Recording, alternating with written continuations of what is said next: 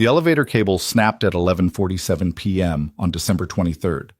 Inside, Vivian Hale, CEO, millionaire, untouchable, was about to discover that all her power meant absolutely nothing in a steel box suspended 20 floors above concrete.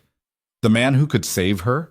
A maintenance worker she'd never noticed, bleeding from broken relay wires, making a choice no protocol manual would ever recommend. This is the story of one impossible rescue. Two people who shouldn't have met, and the moment everything they thought they knew about control shattered in the dark. Before we begin, hit that like button and drop a comment telling me what city you're watching from. I want to see how far this story travels. The basement of the Meridian Tower smelled like burnt insulation and broken promises. Liam Carter stood in front of electrical panel C7, his work light casting harsh shadows across conduits that had been jury-rigged so many times they looked like surgical scars. His daughter's voice was still in his head from 20 minutes ago. "Daddy, you promised we'd watch the fireworks together." And here he was, 30 feet underground, staring at a problem that should have been fixed 3 weeks ago when he'd first submitted the work order. The VIP elevator. Of course it was the VIP elevator. He pulled the diagnostic sheet from his back pocket, the paper already wrinkled from being folded and unfolded too many times. November 28th. Initial fault detection. December 4th. Formal maintenance request submitted. December 11th. Request marked non-urgent by someone named Derek Paulson in facilities management who probably hadn't touched a circuit breaker in his entire corporate life. December 18th. Liam's second request, this one with actual voltage readings and thermal imaging that showed the relay heating 15 degrees above tolerance. December 19th. Request denied due to budget allocation timeline constraints. Liam had been working maintenance for 11 years, 4 in the military, 7 in civilian buildings, and he'd learned that budget allocation timeline constraints was corporate speak for we don't give a damn until something explodes. The relay box hummed, not the steady hum of functional equipment, but the irregular buzzing of components deciding whether to keep working or give up entirely. Liam opened the panel. The main relay was visibly discolored, the insulation on 3 wires had started to crack, and someone, probably during the building's renovation 5 years ago, had bypassed 2 safety interlocks with jumper wires that weren't even the right gauge. "Jesus," he muttered. His radio crackled. "Carter, you still down there?" Marcus, the night security guard. Good guy, former cop, knew when to look the other way when Liam needed to work on things that weren't technically his responsibility. Liam keyed the radio. "Yeah, how's it looking upstairs?" "Packed. Rooftop parties in full swing. The penthouse private event just started, and I've got about 200 people in the main lobby waiting for the fireworks show. Buildings at capacity." "The VIP elevator still running?" Pause. "Far as I know, why?" Liam looked at the relay again. The housing was hot enough that he could feel it from 6 inches away. "Because it shouldn't be. You want me to take it offline?" "I want you to—" Liam stopped. Taking the elevator offline meant stranding whoever was currently using it, or preventing access to the penthouse levels where the building's wealthiest residents and most important guests were celebrating. It meant angry calls to management, which meant Derek Paulson or someone like him showing up to demand explanations, which meant paperwork and meetings and all the bureaucratic machinery that prevented actual work from getting done. But leaving it online meant gambling that the relay would hold for another few hours. Liam had never been good at gambling. "Yeah," he said. "Take it offline. I'm coming up." "Copy that." Liam grabbed his tool bag and headed for the stairs. The Meridian Tower was 43 stories of luxury apartments, corporate offices, and retail spaces, crowned by a restaurant and observation deck that had been featured in architecture magazines.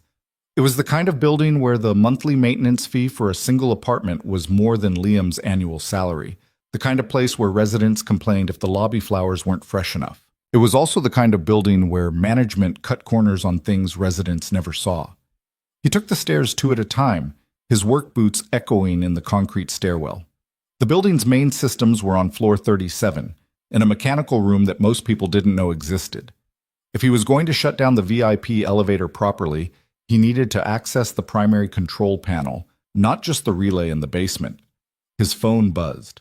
Text from Sarah, his neighbor who was watching his daughter tonight. "Emma wants to know if you'll be back before the fireworks." Liam checked his watch. 11:52 p.m. The fireworks were scheduled for midnight. 37 floors up, shut down the elevator. 37 floors back down. Grab Emma from Sarah's apartment on the 3rd floor. Make it to the roof viewing area before midnight. Not happening. He texted back, "Tell her I'll try. If I miss it, we'll watch the recording together." 3 dots appeared, then disappeared, then appeared again. Sarah was typing something, deleting it, typing again. Finally, she'll understand Liam put the phone away. Emma was 7 years old. She'd been understanding about a lot of things lately, understanding when Daddy had to work late, understanding when Daddy couldn't make it to her school play, understanding when Daddy was too tired to read her extra bedtime stories because he'd pulled a double shift fixing things that should have been fixed by people paid 3 times his salary. She was 7. She shouldn't have to be that understanding. Floor 20. Floor 25. Liam's legs were burning now, his tool bag getting heavier with each flight. He'd been up since 5:30 this morning, had already replaced a broken water heater on floor 8 and repaired a jammed door lock on floor 15 before his official shift even started. The building never stopped breaking. It was like trying to hold together something that was actively trying to fall apart. Floor 30. Floor 32. His radio crackled again. "Carter, we've got a problem." Liam stopped on the landing between 32 and 33. "What kind of problem?" "The VIP elevator. Someone's in it." "I thought you were taking it offline." "I was about to, but it started moving before I could lock it out. Went from the lobby straight to 42. The penthouse level, where the most expensive apartments in the building shared space with the private event room that rented for $15,000 a night. "Who's in it?" Liam asked, already moving again, faster now. "Didn't see. Could be a resident. Could be someone from the party." "You want me to—" The lights flickered. Not a quick flicker, but a slow, sinking fade, as if the entire building had taken a breath and decided not to let it out. Emergency lighting kicked in, bathing the stairwell in dim red. Liam's radio hissed with static. "Marcus? You there?" More static, then power fluctuation, main grid showing. The transmission cut out. Liam didn't wait for it to come back. He ran. Floor 35. His tool bag slammed against his hip with each step, the tools inside rattling like bones. Floor 36. The emergency lighting was flickering now too, the backup system struggling with a load it hadn't been designed to handle. Floor 37. He hit the mechanical room door so hard it bounced off the wall. The control panel was mounted on the far side of the room, surrounded by the building's primary electrical systems, transformers, circuit breakers, distribution boards, all of it humming and buzzing and generating enough heat to make the air shimmer. The VIP elevator status light was red. Not the steady red of an offline system, but a flashing red that meant emergency stop, power failure, or catastrophic malfunction. Liam crossed to the panel in 4 strides and pulled up the diagnostic display. What he saw made his blood cold. The elevator was stopped between floors 39 and 40. Not at a floor, not at a maintenance position, but suspended in the shaft. The relay he'd been looking at in the basement had finally given up, but instead of failing safely, it had failed in a way that left the elevator's holding brake partially engaged and the motor control system completely offline. Whoever was in that elevator was trapped in a steel box with no power, no lights, and no communication. And according to the temperature sensors, the elevator's ventilation system had stopped working. "Damn it," Liam said, and then he said it again, louder, because sometimes you had to curse at the universe before you could figure out what to do next. His radio crackled back to life. "Carter, do you copy?" "Yeah, I copy. Marcus, listen to me. The VIP elevator is dead between 39 and 40. I need you to clear everyone away from the shaft doors on both floors, and I need you to call emergency services. Already on it. Fire department's on the way, but it's going to be at least 20 minutes. Everything's jammed up because of the holiday." 20 minutes. In a sealed elevator with no ventilation, depending on the size of the person and the available air volume, you had maybe 30 to 40 minutes before oxygen became a serious problem. Factor in panic, hyperventilation, or a pre-existing medical condition, and that timeline could collapse to nothing. Liam looked at the diagnostic panel again, then at the elevator shaft access door 10 feet away, then at his tool bag. He'd done confined space work in the military. He'd done vertical rescue training. He'd spent 2 years as a field mechanic on equipment that could kill you if you touched the wrong component. He knew the procedures, knew the protocols, knew all the reasons why one person working alone in an elevator shaft was a violation of about 15 different safety regulations. He also knew that 20 minutes was too long. His phone buzzed again. Sarah, fireworks starting soon? Emma's asking about you. Liam looked at the message for exactly 3 seconds. Then he opened the shaft access door, clipped his safety harness to the maintenance ladder, and started climbing. The shaft was dark except for the emergency lighting filtering through the door openings at each floor.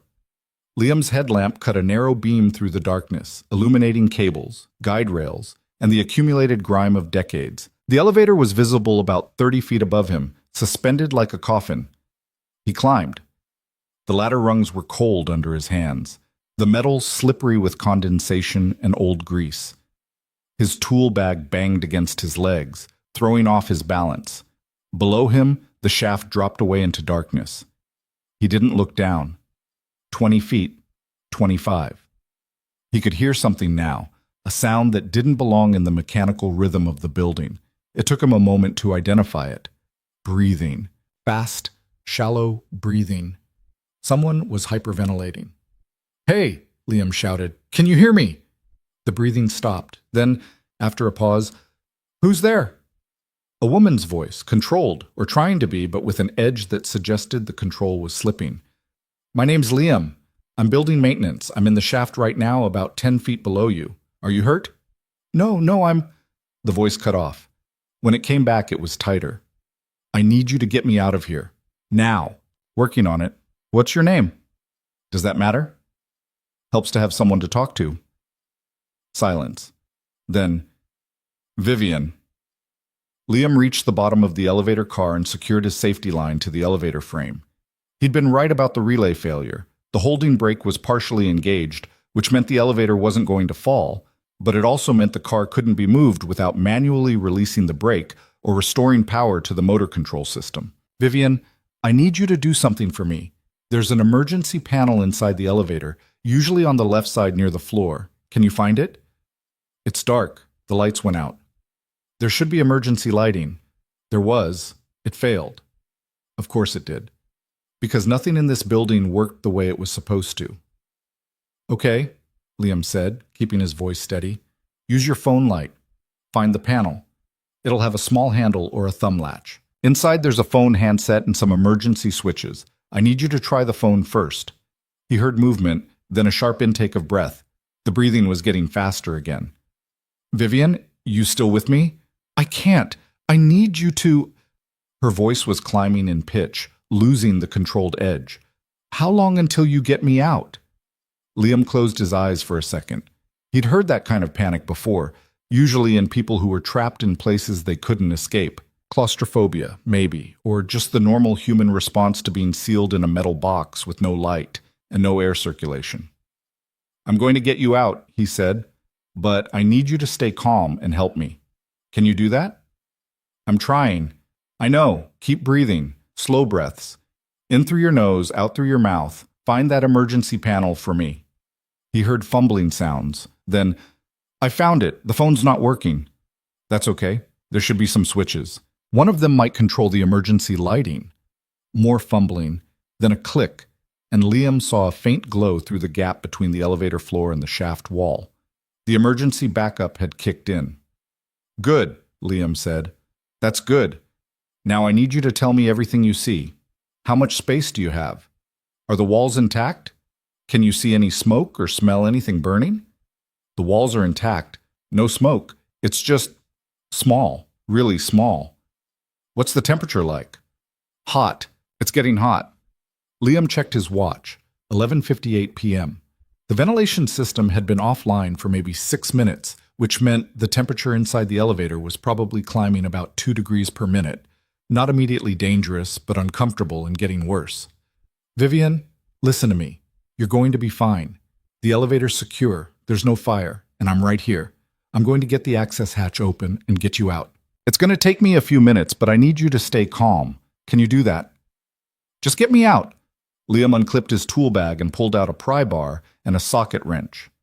The elevator's top hatch was secured with 4 bolts that were supposed to be easy to remove in an emergency. In practice, they were usually rusted, over-torqued, or both. He positioned himself on the elevator frame, braced his feet against the guide rail, and fitted the socket wrench over the first bolt. It didn't budge. "What's happening?" Vivian's voice came through the hatch, muffled but clear enough. "Just loosening some bolts." "Talk to me, Vivian. What were you doing before the elevator stopped?" "Leaving a party." "Penthouse party?" "Yes." "Must be some party if you're leaving before midnight." Silence. Then, "I don't like parties." Liam put his weight into the wrench. The bolt moved a quarter turn, then another. "Yeah, what do you like?" "Control. I like control. I like knowing what's going to happen, when it's going to happen, and exactly how to prevent things from going wrong." Her voice was bitter. "A lot of good that does me now." "You and me both." The first bolt came free. Liam moved to the second one. "I submitted a maintenance request for this elevator 3 weeks ago. Management said it wasn't urgent." "You work for the building?" "Yeah, maintenance tech. I fix things that break, prevent things from breaking, and file reports that nobody reads." "What's your last name?" "Carter." "Why?" "Just want to know who to thank when this is over." The second bolt was stripped. Liam switched to the pry bar, wedging it under the bolt head and applying pressure. The metal groaned but held. His radio crackled. "Carter, fire department's 10 minutes out. What's your status?" Liam keyed the radio. "I'm on top of the elevator. 1 passenger inside, conscious and talking. No immediate medical emergency. Trying to open the top hatch now." "Negative, Carter. Procedure says you wait for the fire department. They've got the equipment for this." "Procedure also says the emergency lighting should work, and the ventilation should have a backup battery system. How's that going?" "Carter?" 10 minutes is too long, Marcus. I've got this." He released the radio and went back to the bolt. The pry bar slipped, gouged into his palm, came away bloody. Liam swore, wiped his hand on his pants, and tried again. The bolt gave. Then the third one. The fourth one came off so easily he almost dropped the wrench. "Vivian, I'm about to open the hatch. Stand back from the center of the elevator." "Okay." Liam gripped the hatch handle and pulled. The hatch didn't move. He repositioned himself, got better leverage, and pulled harder. Something inside the mechanism gave with a metallic screech, and the hatch swung open. Light spilled up from inside the elevator, the dim emergency lighting, barely bright enough to see by. And in that light, Liam saw Vivian Hale for the first time. She was maybe 30, dark hair pulled back in a style that had probably started the evening looking professional and now looked disheveled, wearing what had clearly been an expensive dress that was now wrinkled and sweat-stained. But what struck Liam was her face, pale, eyes too wide, breathing still too fast, but fighting to maintain composure like someone trying to hold water in cupped hands. She looked up at him, and for a second, neither of them said anything. Then Vivian said, "You're bleeding." Liam looked at his hand. The cut from the pry bar was still seeping blood. "It's fine. Can you climb?" "Can I what?" "There's a ladder right outside the elevator. I can pull you up through the hatch. We get to the ladder, and we climb down to the nearest floor. 39 is right below us." Vivian looked at the hatch opening, then at the darkness of the shaft beyond it, then back at Liam. "You want me to climb down an elevator shaft? I want to get you out of that box before the temperature gets worse or the power fails completely and we're both stuck in here." "That's not... You can't just..." She stopped, took a breath. "Isn't there another way?" "Yeah.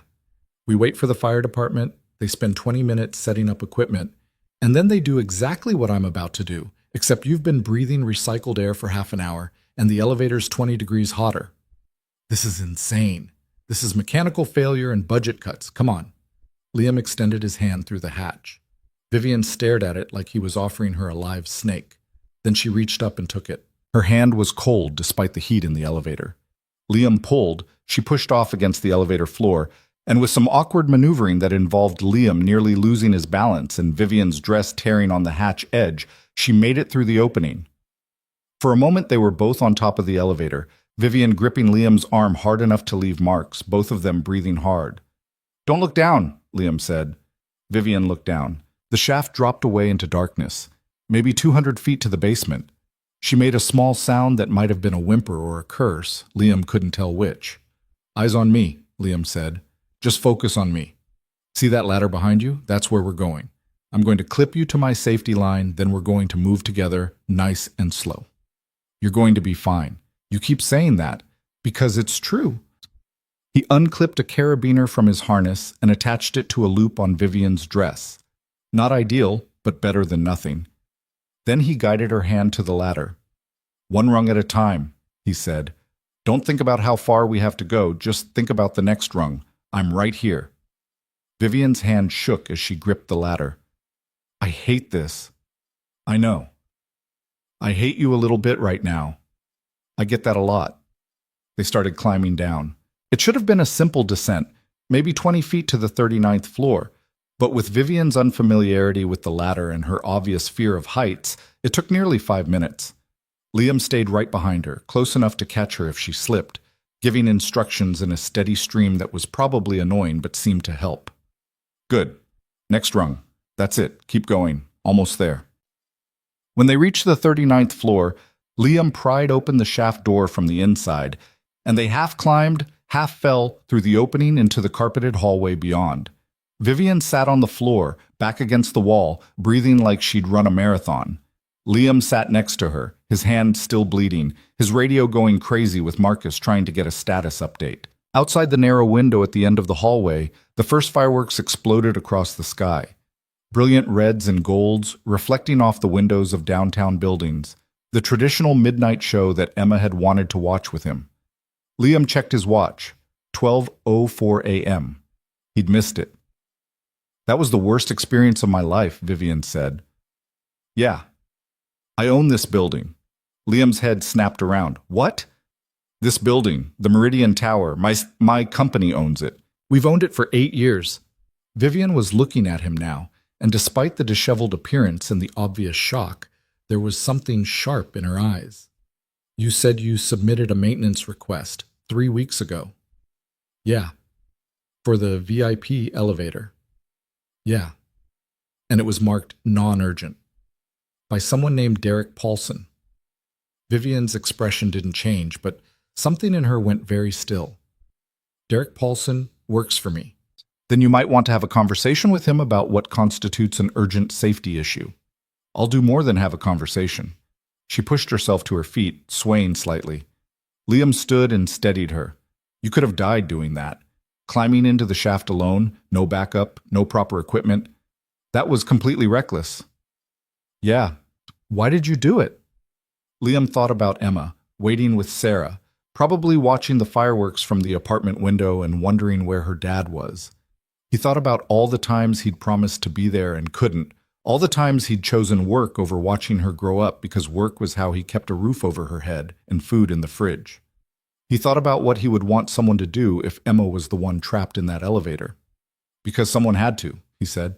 Vivian studied him for a long moment. Then she said, "What's your daughter's name?" Liam blinked. "How did you—" "You kept checking your phone in the shaft, and you have a keychain on your tool bag with a child's drawing on it." "Emma. Her name's Emma." "How old is she?" 7. "You should go see her before she falls asleep, before she thinks you forgot about her. I need to make sure you're okay first and fill out an incident report. And, Mr. Carter."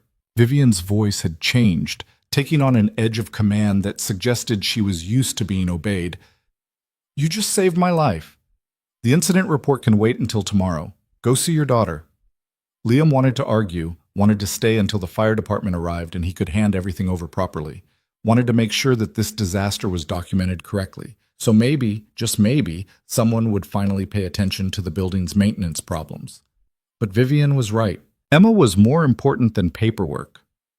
"Okay," he said, "but you should get checked out by the paramedics. Even if you feel fine, shock can—" "I know what shock is. Go!" Liam grabbed his tool bag and headed for the stairs. He made it down to the 3rd floor in record time, his legs burning, his cut hand throbbing, his mind already rehearsing what he was going to say to Emma. "I'm sorry I missed the fireworks. I had to help someone." "No, I can't tell you who. Privacy rules." "Yes, I know I promised. I'm sorry. I'll make it up to you." He knocked on Sarah's door. She opened it immediately, took one look at his face, and said, "She's asleep on the couch. Tried to wait up for you, but couldn't make it past 12:15. Liam stepped inside. Emma was curled up under a blanket, her face peaceful, one hand tucked under her cheek. The TV was still showing fireworks footage. Someone's recording from a better vantage point than they'd had. "What happened?" Sarah asked quietly. "Someone got stuck in an elevator. Had to get them out." "And the blood on your hand?" "Bolt was stuck." Sarah shook her head. "You need to clean that, and probably get stitches, and definitely fill out an accident report. Tomorrow." "Liam." "Tomorrow, Sarah. I promise." He knelt next to Emma and gently touched her shoulder. She stirred, opened her eyes halfway, and smiled. "Daddy." "Hey, sweetheart. Sorry I missed the fireworks." "It's okay. Sarah recorded them." "Yeah?" "Yeah. We can watch tomorrow." Her eyes were already closing again. "Love you, Daddy." "Love you too." He carried her back to their apartment, got her into bed, still mostly asleep, and stood in her doorway for a long minute, watching her breathe. Then he went to the bathroom, cleaned the cut on his hand, wrapped it in gauze that probably wasn't tight enough, and sat on the edge of the bathtub thinking about Vivian Hale saying, "You could have died doing that," like it was an accusation and a compliment at the same time. His phone buzzed. Unknown number. "This is Vivian Hale. Marcus gave me your contact information. I wanted to make sure you made it home safely." Liam stared at the message, then typed, "Yeah. Home safe. How are you?" "Bruised, exhausted, thoroughly humiliated that I needed to be rescued from my own building. But alive." "Good, I meant what I said. Derek Paulson is going to answer for ignoring that maintenance request, and I'm going to personally review every safety protocol in every building my company owns. That would be good too. Get some sleep, Mr. Carter. And thank you." Liam set the phone down and closed his eyes. Tomorrow, he'd have to deal with the incident report, the investigation, the inevitable meetings with management. Tomorrow, he'd have to explain why he'd violated safety protocols and climbed into an elevator shaft alone. Tomorrow, he'd have to figure out how to keep doing this job when the system was designed to fail. But tonight, Emma was safe in her bed. Vivian Hale was alive. And the Meridian Towers VIP elevator was finally, officially taken offline for repairs. It wasn't a victory. Not really. But it was enough. Liam woke up at 5:15 a.m. with his hand throbbing and Emma standing next to his bed holding her stuffed rabbit. "Daddy, your alarm didn't go off."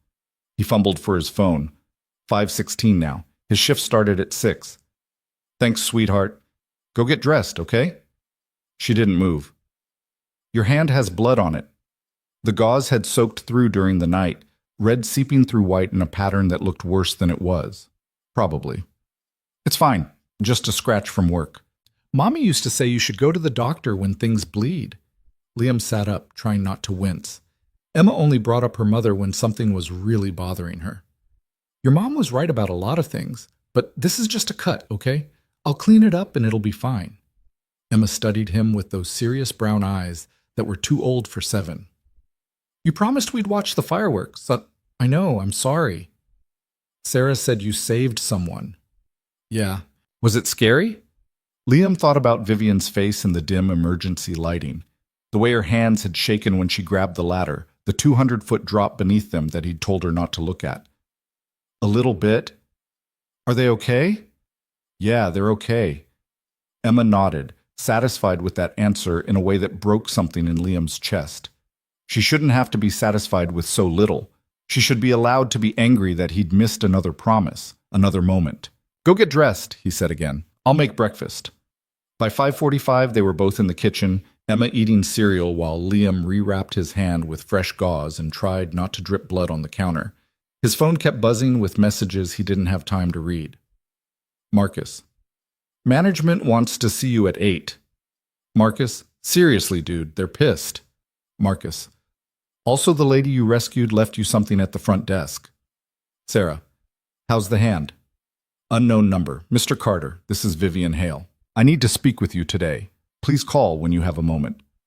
Unknown number. "This is Derek Paulson, Facilities Management. You are required to attend a meeting at 8 a.m. in Conference Room B regarding last night's safety violation. Liam deleted Derek's message without finishing it. He'd deal with that particular nightmare after he got Emma to school. Daddy, you're making your angry face. Sorry. He forced his expression into something neutral. Just work stuff. Is it about the person you saved? Sort of.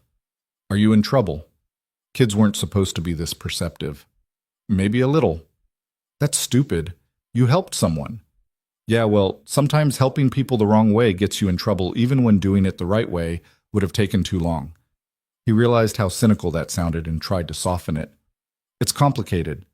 Emma went back to her cereal, but he could tell she was still thinking about it. At 7 years old, she'd already figured out that the world didn't always make sense, that rules weren't always fair, that sometimes good people got punished for doing good things. He wished she didn't have to know that yet. They left the apartment at 6:20, Liam in his work coveralls with his tool bag over his shoulder, Emma in her school uniform with her backpack decorated with cartoon characters he didn't recognize. The building's main elevator was working, for now, and they rode down in silence until Emma said, "Can we watch the fireworks video tonight?" "Absolutely." "Promise?" Liam looked down at her. "I promise." She took his hand, the one that wasn't bandaged, and held it until they reached the lobby. Marcus was at the security desk, looking like he hadn't slept. He raised his eyebrows when he saw Liam. "You look terrible."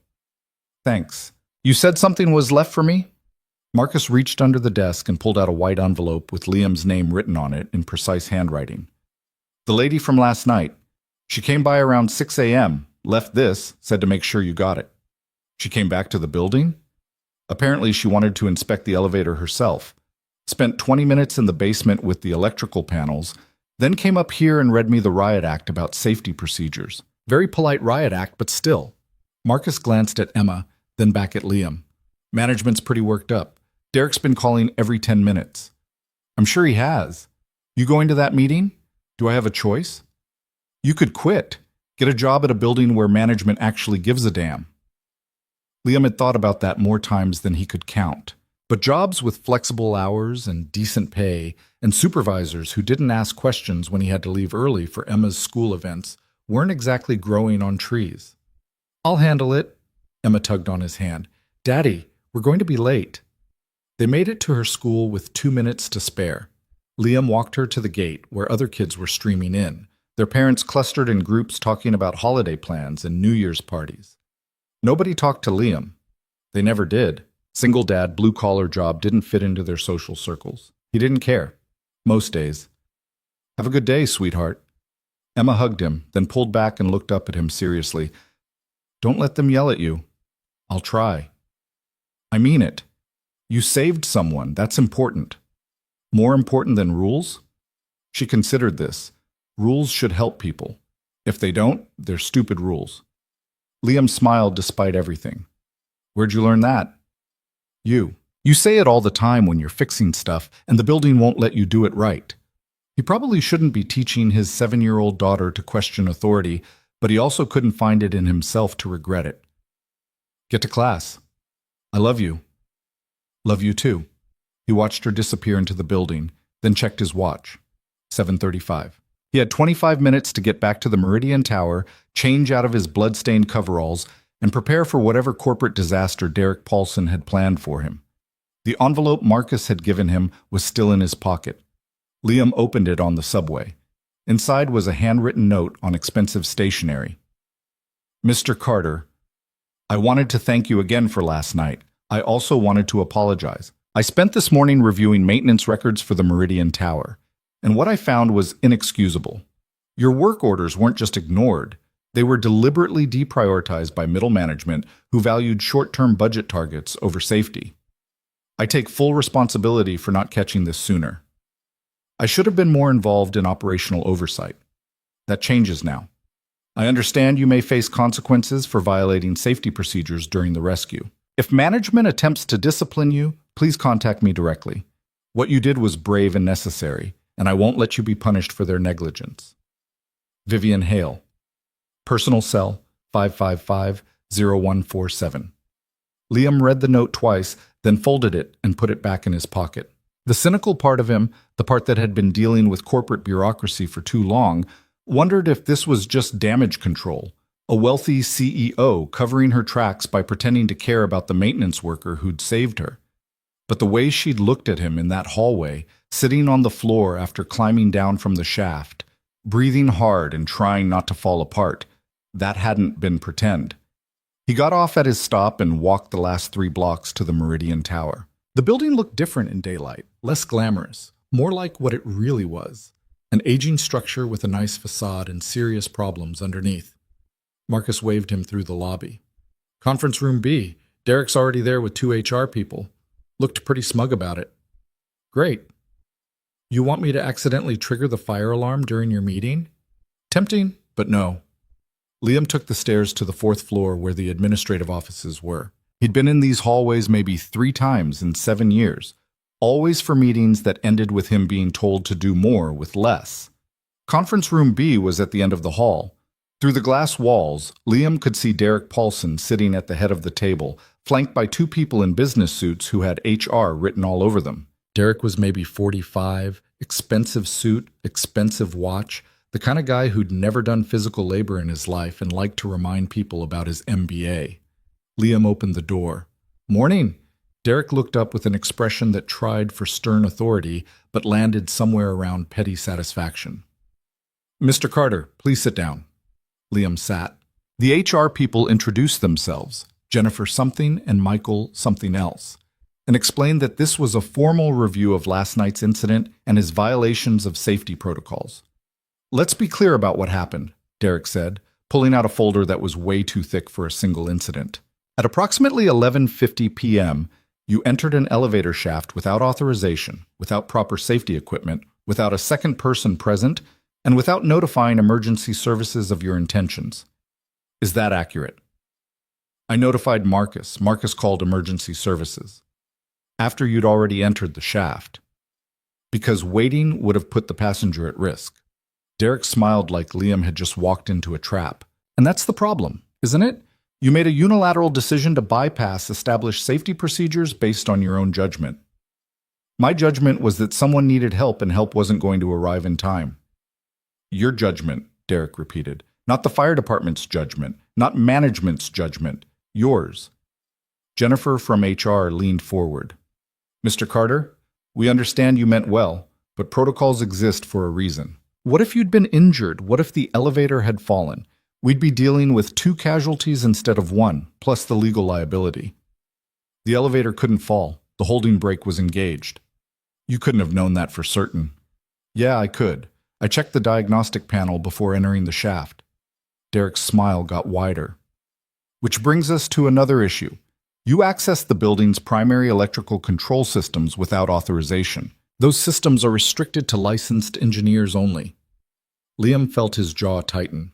I'm a licensed maintenance technician with electrical certification. I've been working on those systems for 7 years.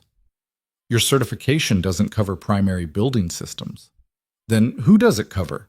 Because the last time there was an electrical emergency, management called me at 2 a.m. to fix it. That's different. How? Derek shuffled papers like he was looking for something specific. The point is, Mr. Carter, you've demonstrated a pattern of overstepping your authority. Taking initiative is admirable, but this job requires following procedures, not improvising. Procedures like marking urgent safety repairs as non-urgent. The temperature in the room dropped about 10 degrees. Derek's smile disappeared. Excuse me? Liam pulled out his phone and opened his photos. He'd taken pictures of the relay box 3 weeks ago when he'd first documented the problem. November 28th. I found a failing relay in the VIP elevator system. Overheating, cracked insulation, bypassed safety interlocks. I submitted a work order with these photos and thermal readings showing the components were operating 15 degrees above tolerance. He scrolled to the next image. December 4th. Work order rejected, marked non-urgent. I resubmitted with additional documentation. December 11th, rejected again. December 18th, I wrote a formal memo explaining that this wasn't a maintenance issue, it was a safety hazard. That memo was sent to your office, Derek. Derek's face had gone carefully blank. I receive hundreds of work orders. I can't personally review every... This one had safety hazard in the subject line, in all caps. You marked it as budget constrained and closed the ticket. If it was truly urgent, you should have escalated it. To who? You're the escalation point. Michael from HR cleared his throat. Perhaps we should focus on last night's incident specifically. Last night's incident happened because the safety hazard I reported 3 weeks ago finally failed, Liam said, his voice harder than he'd intended. Someone got trapped in that elevator because management prioritized budget targets over fixing a known problem. So yeah, I violated some protocols getting her out. I'd do it again. Derek stood up. That's enough. This meeting is about your actions, not about... The conference room door opened. Vivian Hale walked in like she owned the place, which Liam supposed she did. She was wearing a different dress than last night. This one, charcoal gray and perfectly tailored, her hair pulled back in a style that probably had a fancy name. She looked every inch the CEO, polished, professional, completely in control. Nothing like the terrified woman hyperventilating in a dark elevator. Ms. Hale, Derek said, and Liam heard genuine panic in his voice. We weren't expecting... I'm sure you weren't. Vivian's voice was pleasant, which somehow made it more dangerous. Jennifer, Michael, thank you for your time. I'll take it from here. Jennifer and Michael looked at each other, looked at Derek, and apparently decided this was above their pay grade. They gathered their papers and left without a word. Derek stayed put. Ms. Hale, I'm conducting a formal review of the man who saved my life last night while I was trapped in an elevator that should have been repaired weeks ago. Vivian sat down in the chair Jennifer had vacated. Please continue. I'm very interested in hearing about Mr. Carter's violations. Derek's mouth opened and closed a few times. The situation is more complex than... Is it? Because from where I'm sitting, it seems quite simple. Mr. Carter identified a safety hazard. He reported it through proper channels. His reports were ignored. The hazard resulted in an emergency. He responded to that emergency in the only way that would have prevented serious harm. She paused. Which part of that is complex? He violated safety protocols. Because following those protocols would have meant waiting for emergency services while I ran out of breathable air in a sealed elevator. Would that have been preferable? That's not the point. Then what is the point, Derek? The way she said his name made it sound like an insult. Derek's face flushed red. The point is that we have procedures for a reason, and when employees decide those procedures don't apply to them, the procedures failed, Vivian said flatly. The maintenance request system failed. The safety review process failed. The budget allocation system failed. Mr. Carter succeeded. If you're looking for someone to discipline over last night's incident, I suggest you start with yourself. Liam had spent 7 years watching corporate people talk. He'd seen plenty of arguments, plenty of power plays, plenty of middle managers trying to cover their asses when things went wrong. But he'd never seen someone dismantled quite this efficiently. Derek tried one more time. Ms. Hale, with all respect, you may not be aware of all the operational challenges. I reviewed the maintenance logs this morning. Every work order Mr. Carter submitted in the past year. Do you know what I found? Derek didn't answer. 17 urgent repairs marked non-urgent. 23 work orders rejected for budget reasons despite being related to safety systems. And 41 instances where Mr. Carter documented a problem, filed proper reports, and then went ahead and fixed it anyway, using his own time and his own money because waiting for approval would have endangered residents. She pulled out a printed spreadsheet and slid it across the table. Liam caught a glimpse of highlighted rows, color-coded categories, the kind of detailed analysis that someone had spent hours putting together. I had my assistant pull these numbers at 6 a.m., Vivian continued. It took her 30 minutes.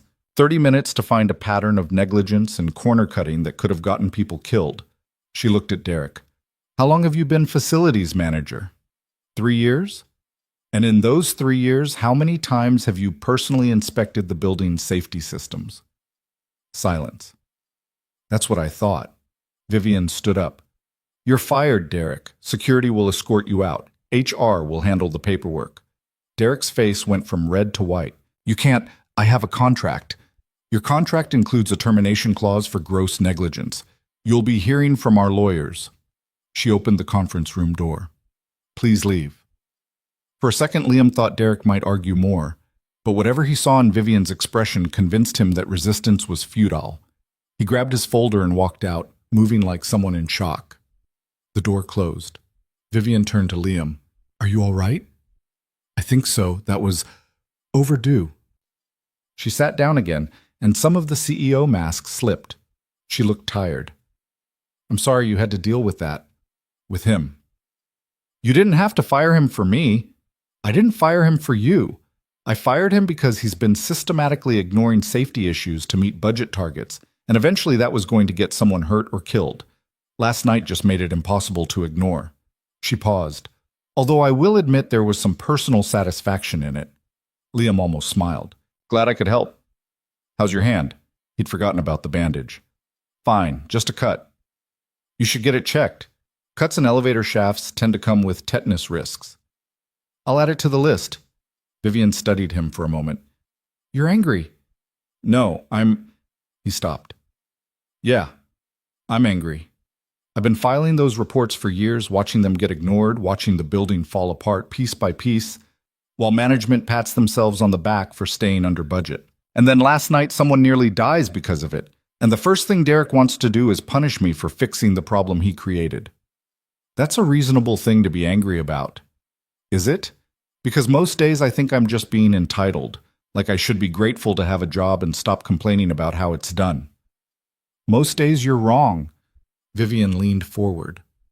I meant what I said in that note. What you did last night was brave and necessary, and I'm not going to let you be punished for it. You just fired my boss. I think that counts as not being punished. Derek was never your boss. He was an obstacle between you and doing your job properly. She pulled out her phone and made a note. I'm restructuring the facilities department. New management, new protocols, new budget allocations. It's going to take a few weeks to implement, but in the meantime, you report directly to me. Liam blinked. What? You heard me. You're a CEO. You can't spend time managing individual maintenance techs. I can if that maintenance tech is the only person in this building who seems to care whether people live or die. She put her phone away. I'm also giving you a raise. What are you making now? That's not 48,000, Vivian said, reading from something on her phone. I'm moving you to 75 plus benefits plus hazard pay for any emergency work, plus a discretionary budget for safety repairs that you deem necessary. Liam's head was spinning. You can't just... I can actually. I own the building, and before you argue about it being charity or pity or whatever else you're thinking, consider this. I'm giving you the salary you should have been making all along based on the actual work you do. Derek was underpaying you because he could get away with it. She was right. Liam knew she was right, but accepting it felt like admitting he'd been getting screwed for 7 years, and that was harder to swallow than he'd expected. I need to think about it, he said finally. Fair enough. Take a few days, but Liam? She waited until he looked at her. I'm serious about the reporting structure. Until we get proper management in place, anything you need, anything that's broken or dangerous or wrong, you call me directly, day or night. I don't care if it's 3 a.m. on a Sunday. If it's important, I want to know. Why? Because I've spent 8 years trusting other people to manage these buildings properly, and last night proved that trust was misplaced. I need someone I can actually trust. Someone who won't tell me what I want to hear, who'll tell me what I need to know. She held out her hand. Can you do that?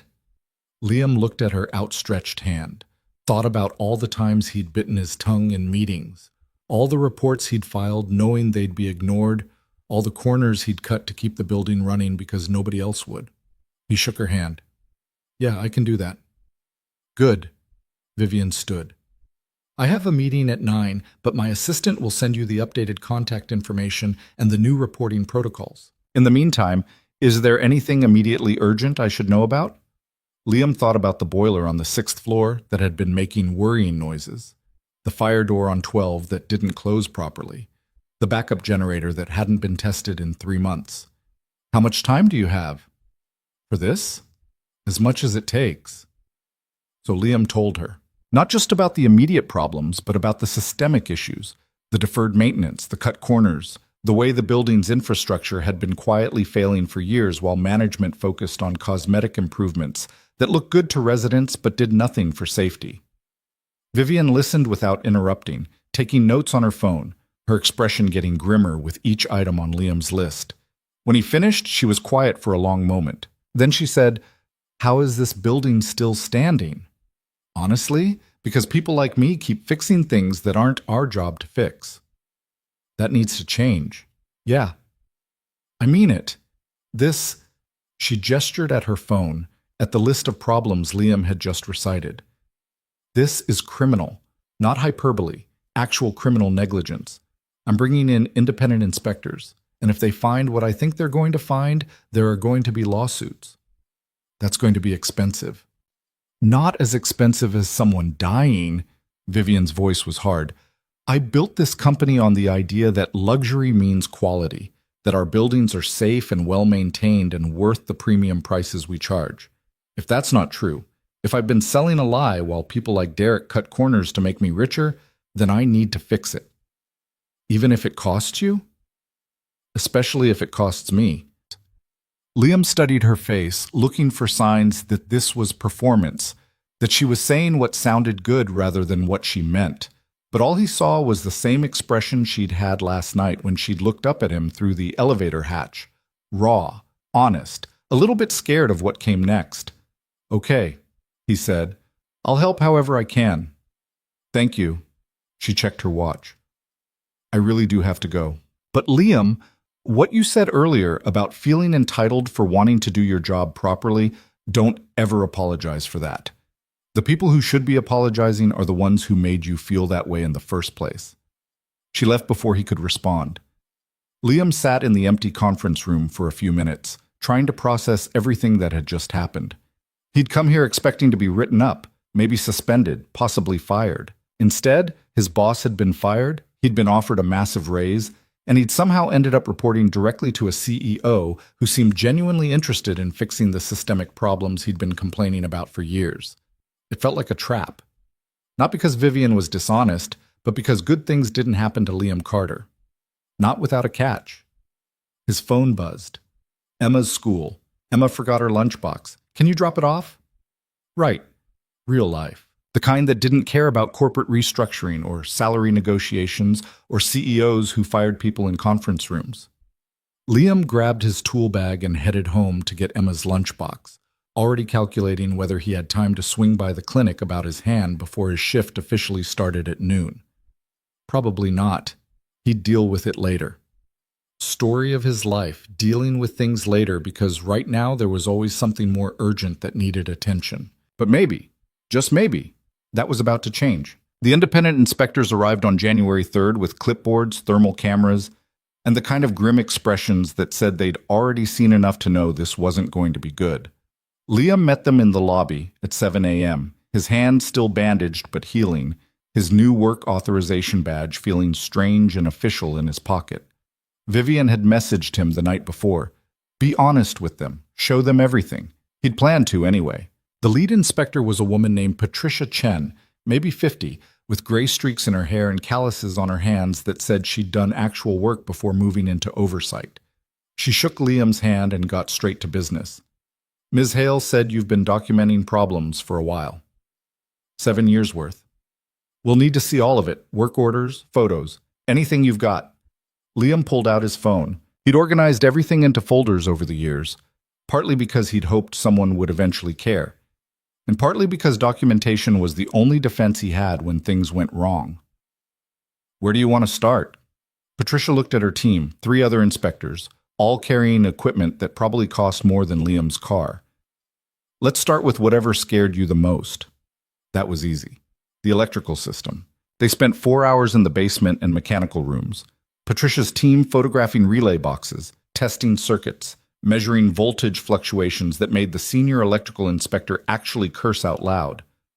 Liam showed them the VIP elevator relay that had failed, the jury-rigged bypass wires, the thermal damage that had been slowly cooking the insulation for months. This should have been replaced years ago, Patricia said, not looking up from her thermal camera. How long has it been like this? The bypass wires? At least 5 years, maybe longer. They were already there when I started. And the relay itself? Started showing problems last November, got worse in December, failed on the 23rd. Patricia made a note. The maintenance logs show this was reported multiple times.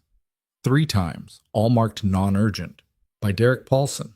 Yeah, She was quiet for a moment, the camera still pointed at the relay box. Then she said, "I've been doing this job for 20 years. I've seen deferred maintenance. I've seen budget cuts. I've seen management prioritize profits over safety. But this?" She lowered the camera and looked at Liam. "This is deliberate negligence. Someone knew this was dangerous and chose to ignore it." "Multiple someones," Liam said.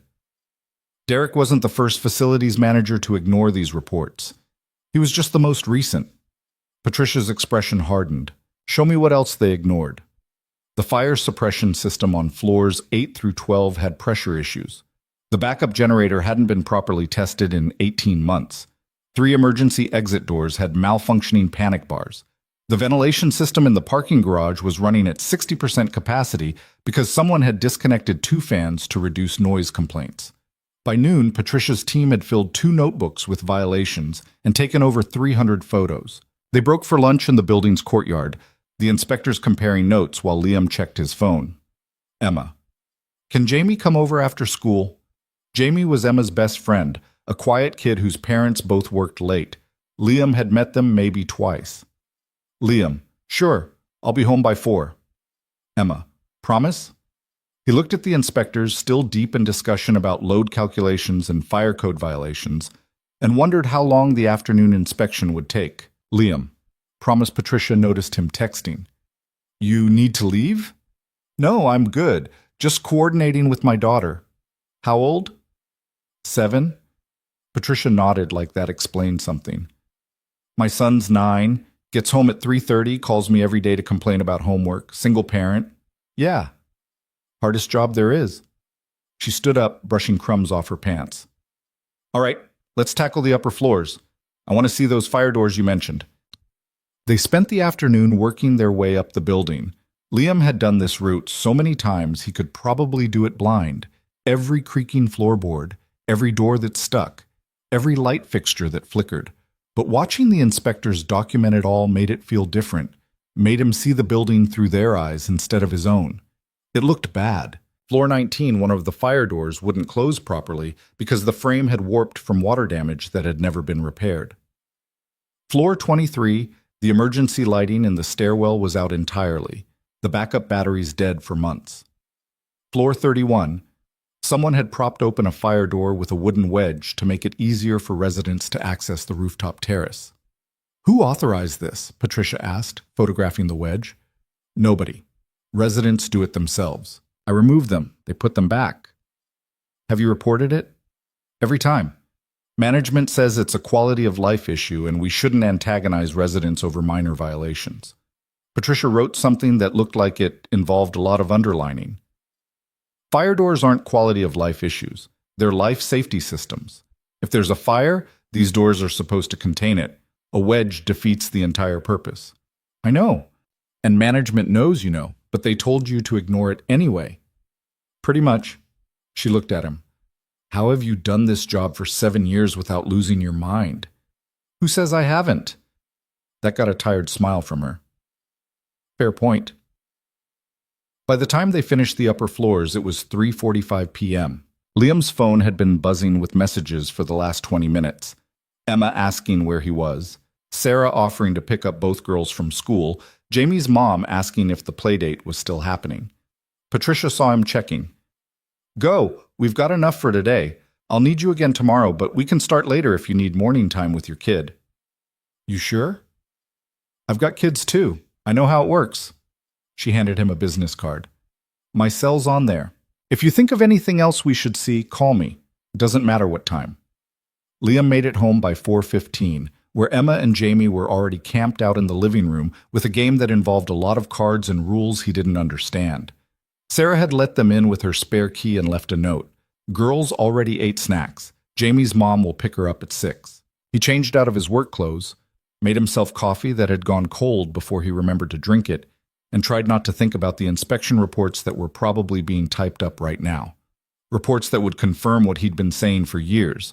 Reports that would prove Derek and whoever came before him had been gambling with people's lives to save money. Reports that wouldn't bring back the time he'd lost watching his daughter grow up while he fixed problems that never should have existed. His phone rang. Vivian. "How did it go?" she asked without preamble. About as bad as you'd expect. Patricia thinks we're looking at code violations in the hundreds, maybe thousands, depending on how detailed the final report gets. Silence on the other end, then, hundreds. Yeah. I'm going to be sick.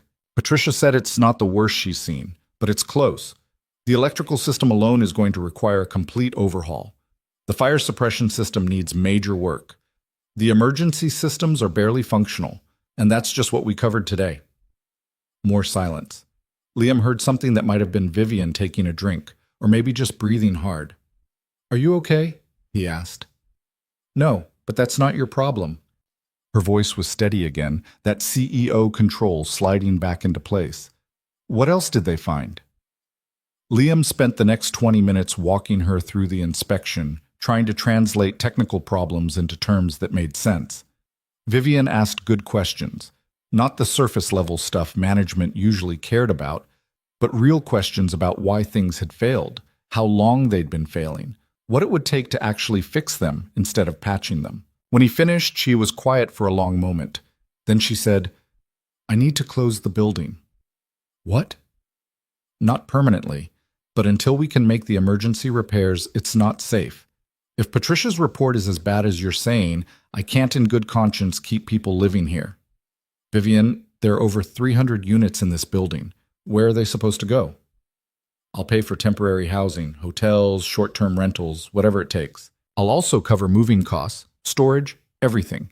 But I can't risk someone dying because I was too proud or too cheap to admit my buildings aren't safe." Liam thought about Emma, about having to pack up their apartment and move to some hotel for who knew how long. He thought about all the other families in the building, the elderly residents who'd lived here for decades, the people who couldn't just uproot their lives on a week's notice. But he also thought about that relay failing, about Vivian trapped in the dark, about all the near misses he'd prevented over the years that nobody knew about because they'd never quite turned into disasters. "When?" he asked. "Soon as I can coordinate it. Maybe a week, maybe less. I'll need your help figuring out the logistics. What needs to happen first? What can wait? How to prioritize the repairs? That's going to be a long list. Then we'd better start now. Can you meet tomorrow? Early? Before the inspectors arrive?" Liam looked at Emma and Jamie, still absorbed in their game. "How early? 6? Yeah, I can do 6. "Thank you." She paused. "I know this is a lot. The inspection, the restructuring, everything. If it's too much, it's not too much. It's just different." He watched Emma laugh at something Jamie said, the sound bright and unselfconscious. "I'm used to fighting to get things fixed. I'm not used to someone actually listening." "Get used to it. This is how things work now." After they hung up, Liam sat on the couch and let himself feel it. The exhaustion, the relief, the strange disorientation of having someone in power actually give a damn. It felt fragile, like something that could disappear if he looked at it too hard. Emma climbed onto the couch next to him. "You okay, Daddy?" "Yeah, sweetheart. Just tired. You're always tired." "I know." She leaned against him, still watching her game. "Sarah says you got a new boss." "Sort of. It's complicated." "Is she nice?" Liam thought about Vivian firing Derek, about the way she'd listened to every problem on his list without trying to minimize it or explain it away. "Yeah, I think she is." "Good. Your old boss was mean." "You never met Derek." "You made your angry face every time you talked about him. That means he was mean." Liam wrapped an arm around her. "When did you get so smart?" "I've always been smart. You just don't notice because you're busy fixing stuff." That hit harder than it should have. He pulled her closer. "I'm sorry." "For what?" "For being busy all the time, for missing the fireworks, for all of it." Emma twisted to look up at him. "You saved someone. That's important." "You're important too." "I know, but other people need you too. That's okay." She said it so matter-of-factly, like she'd already worked out the math on how much of her father she was willing to share with the world. 7 years old and already making compromises she shouldn't have to make. Jamie's mom arrived at 6 to pick her up.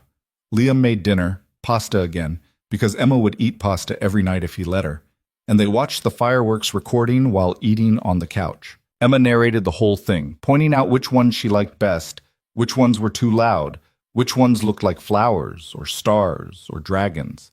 Next year, we'll watch them together, Liam said. For real this time. You said that last year. I know, but I mean it. You meant it last year too. Liam didn't have a good answer for that. Emma finished her pasta and curled up against him, already half asleep even though it was only 7:30. He let her doze, stroking her hair, trying to memorize this moment before everything changed again. His phone buzzed. Patricia Chen. Preliminary findings attached. Call me when you've read them. Liam opened the attachment one-handed, trying not to disturb Emma. The report was 30 pages long, single-spaced, with sections highlighted in red that indicated immediate safety hazards. He skimmed through it, his stomach sinking with each page. Critical fire safety deficiencies. Electrical systems operating outside safe parameters. Emergency systems non-functional or improperly maintained. Structural concerns requiring immediate engineering review. The conclusion was 2 paragraphs, written in the carefully neutral language of someone who'd learned to communicate bad news professionally. Based on our inspection findings, the Meridian Tower presents multiple immediate risks to occupant safety. We recommend temporary closure until critical repairs can be completed and recertified. Continued occupancy without addressing these deficiencies represents an unacceptable risk of catastrophic failure. Liam closed the file and called Patricia. You read it, she said instead of hello. Yeah, it's bad. I know. The electrical system alone, Liam, that relay that failed, that was the least of your problems. The main distribution panel is overloaded. The neutral bus is corroding, and someone bypassed the ground fault protection on at least 6 circuits. If that building has made it this long without a major electrical fire, it's pure luck. How long to fix it? Complete overhaul, 4 to 6 months minimum, and that's just electrical. The fire suppression system needs work. The emergency systems need to be rebuilt from scratch, and we haven't even started on the structural review yet. 4 to 6 months. Liam tried to imagine telling Emma they'd be living in a hotel for half a year, tried to imagine what that would do to her routine, her school, her sense of stability. What about partial occupancy? He asked. Could we keep some floors open while we work on others? Not safely. The electrical and fire systems are integrated throughout the building. You can't isolate one section without compromising the whole system. So everyone has to leave. Everyone has to leave. After the call, Liam sat in the dark with Emma asleep against him and tried to figure out how to explain this. Not just to Emma, but to all the residents who were about to have their lives disrupted because management had been cutting corners for years. He carried Emma to her bed and tucked her in, watching her sleep for a minute before heading to his own room.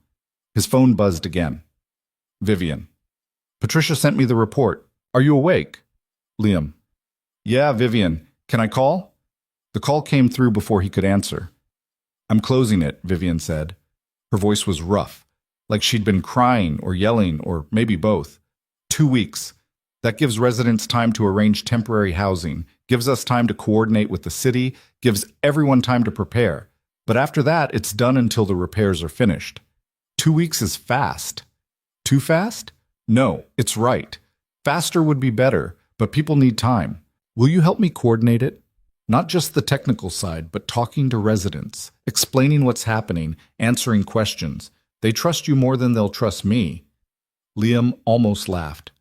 They don't even know who I am. Yes, they do. I've been getting messages all week from residents who heard about the rescue.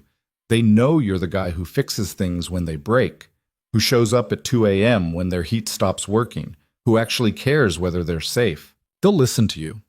I'm not good at that kind of thing, talking to people, making speeches. You don't have to make speeches. Just tell them the truth. You're good at that. Liam thought about all the times he'd bitten his tongue, all the reports he'd filed knowing they'd be ignored, all the years he'd spent learning to play by corporate rules that were designed to protect management instead of residents. Okay, he said. I'll help. Thank you. He heard her take a breath. I'm scared, Liam. That surprised him. Vivian Hale didn't seem like someone who admitted to being scared. Of what? Of how bad this could have been. Of how close we came. If that elevator had failed differently. If you hadn't been there. If... She stopped. I keep thinking about all the things that had to go wrong for me to end up trapped in that elevator. And then I think about all the things that had to go right for you to get me out. And the margin between those two things is so small it terrifies me. Liam knew that feeling. He'd had it every time he found a problem that could have killed someone, every time he'd patched something that should have been replaced, every time he'd made it home alive from fixing things that could have exploded or collapsed or electrocuted him. Yeah, he said. Me too. How do you deal with it? I don't. I just keep moving forward and hope the next disaster doesn't come before I'm ready for it. Vivian laughed, but it sounded more like crying. That's a terrible strategy. It's the only one I've got. They stayed on the phone for another hour, going through logistics and timelines and all the practical details of closing down a building full of people. It should have been depressing, all of it, the scale of the repairs needed, the cost, the disruption to hundreds of lives. But somehow, talking to Vivian about it made it feel manageable, like they were building something instead of just fixing what was broken. Eventually, they ran out of things to discuss and just sat in silence, the phone line connecting them across whatever distance separated their apartments. I should let you sleep, Vivian said finally. Probably. But thank you, for tonight, for all of it. You're the one paying to fix the building and house 300 families. I'm just showing people where the problems are. You're doing more than that. Liam didn't know what to say to that, so he didn't say anything. After they hung up, he lay in bed staring at the ceiling, thinking about everything that was about to change. The building closing, the repairs, the months of disruption, the possibility that maybe things could actually get better instead of just less terrible. He thought about Vivian's voice on the phone, the way she'd admitted to being scared like it was a secret she didn't share often. He thought about Emma sleeping in the next room, how he was going to explain that they had to leave their home for a while. And he thought about the elevator shaft, about pulling Vivian up through that hatch into the darkness, about the moment when they'd both been balancing on top of a suspended elevator with nothing but a safety line and trust keeping them from falling. That moment felt like it had happened years ago, and 5 minutes ago all at once. Liam's phone buzzed one more time. Vivian. Sleep well, tomorrow's going to be hard. He almost wrote back something professional and appropriate. Instead he wrote, You too. Her response came immediately. Not likely, but I appreciate the thought.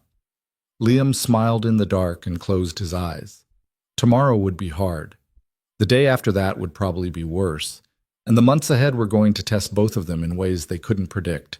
But tonight, someone was finally listening. Someone was finally taking the problem seriously. Someone was finally willing to do the hard, expensive, disruptive work of actually fixing what was broken instead of just managing the decline. It wasn't enough. Not yet. But it was a start.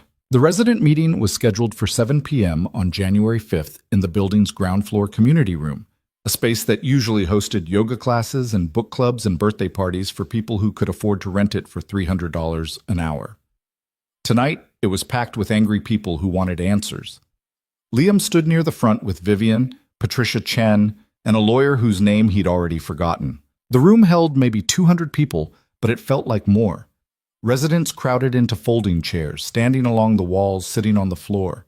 The energy was hostile, the kind of barely contained fury that came from people who'd been told their lives were about to be disrupted and hadn't been given enough time to process it. Vivian stepped up to the microphone. She was wearing a different suit, this one dark blue, her hair pulled back in that same severe style. She looked composed, professional, completely in control. Liam knew better. He'd seen her hand shaking when she'd arrived 20 minutes ago, seen the way she'd checked her notes 3 times, even though she probably had the whole speech memorized. Thank you all for coming, Vivian said, and the room quieted slightly. I know you're angry. You have every right to be. I'm angry too. Then why are you closing the building? Someone shouted from the back. Because it's not safe, and I won't ask you to live somewhere that could hurt you or your families. She nodded to Patricia. Ms. Chen is an independent inspector who spent the last 3 days reviewing this building's systems. What she found is unacceptable. I'm going to let her explain the details, but I want to be clear about something first. This is my failure. My company owns this building. We're responsible for maintaining it. We didn't do that job properly, and I'm sorry. The apology seemed to take some of the heat out of the room. Not all of it. People were still angry, still scared, still facing the prospect of packing up their lives with less than 2 weeks' notice, but the acknowledgement helped. Patricia took the microphone and ran through a condensed version of her findings. She used simpler language than the official report, translating technical problems into terms people could understand. The electrical system was dangerous. The fire suppression system wouldn't work properly in an emergency. The emergency exits had problems that could trap people during an evacuation. "How long has it been like this?" a woman in the third row asked. She was maybe 60, wearing a cardigan that had seen better days, her voice sharp with accusation. Patricia glanced at Liam. He'd known this question was coming. He'd hoped someone else would answer it. "Years," he said, stepping forward. "The problems didn't happen overnight. They've been building up because maintenance requests were ignored or deprioritized to save money." "And you knew about this?" The woman's eyes were hard. "You work here. Why didn't you tell us?" "I tried. I filed reports, submitted work orders, documented everything, but I'm maintenance staff. Nobody listens to maintenance staff." "So you just kept quiet while we lived in a death trap?" Liam felt the accusation like a punch. "No. I kept fixing things. Every time something broke, I fixed it. Every time I found a safety hazard, I either repaired it myself or I flagged it for management and then fixed it anyway when they ignored me. I've been holding this building together with duct tape and prayer for 7 years because if I didn't, it would have fallen apart a long time ago." The room had gone very quiet. "But fixing individual problems doesn't solve systemic ones," Liam continued. "The electrical panel I patched last month, it needed to be replaced 5 years ago. The fire door I adjusted last week, the whole frame is warped from water damage that should have been addressed when it first happened. I can keep things running, but I can't rebuild infrastructure that's been neglected for decades. Nobody can." A man in an expensive-looking sweater stood up. "So what happens now? You kick us out, do your repairs, and then jack up the rent to pay for it?" Vivian took the microphone back. "No rent increases, not for existing residents. You'll pay the same rate you're paying now when you return. And we're covering all costs for temporary housing, moving, storage, everything. You won't pay a dime for the displacement." "How long?" someone else asked. "Minimum 4 months, possibly 6, depending on what the structural engineers find." The room erupted. People shouting over each other, demanding answers, asking questions faster than anyone could respond. Liam heard fragments. "My lease says, I have a daughter in school. My mother can't just move. This is insane." But couldn't separate individual voices from the general chaos. Vivian tried to speak over the noise, failed, tried again.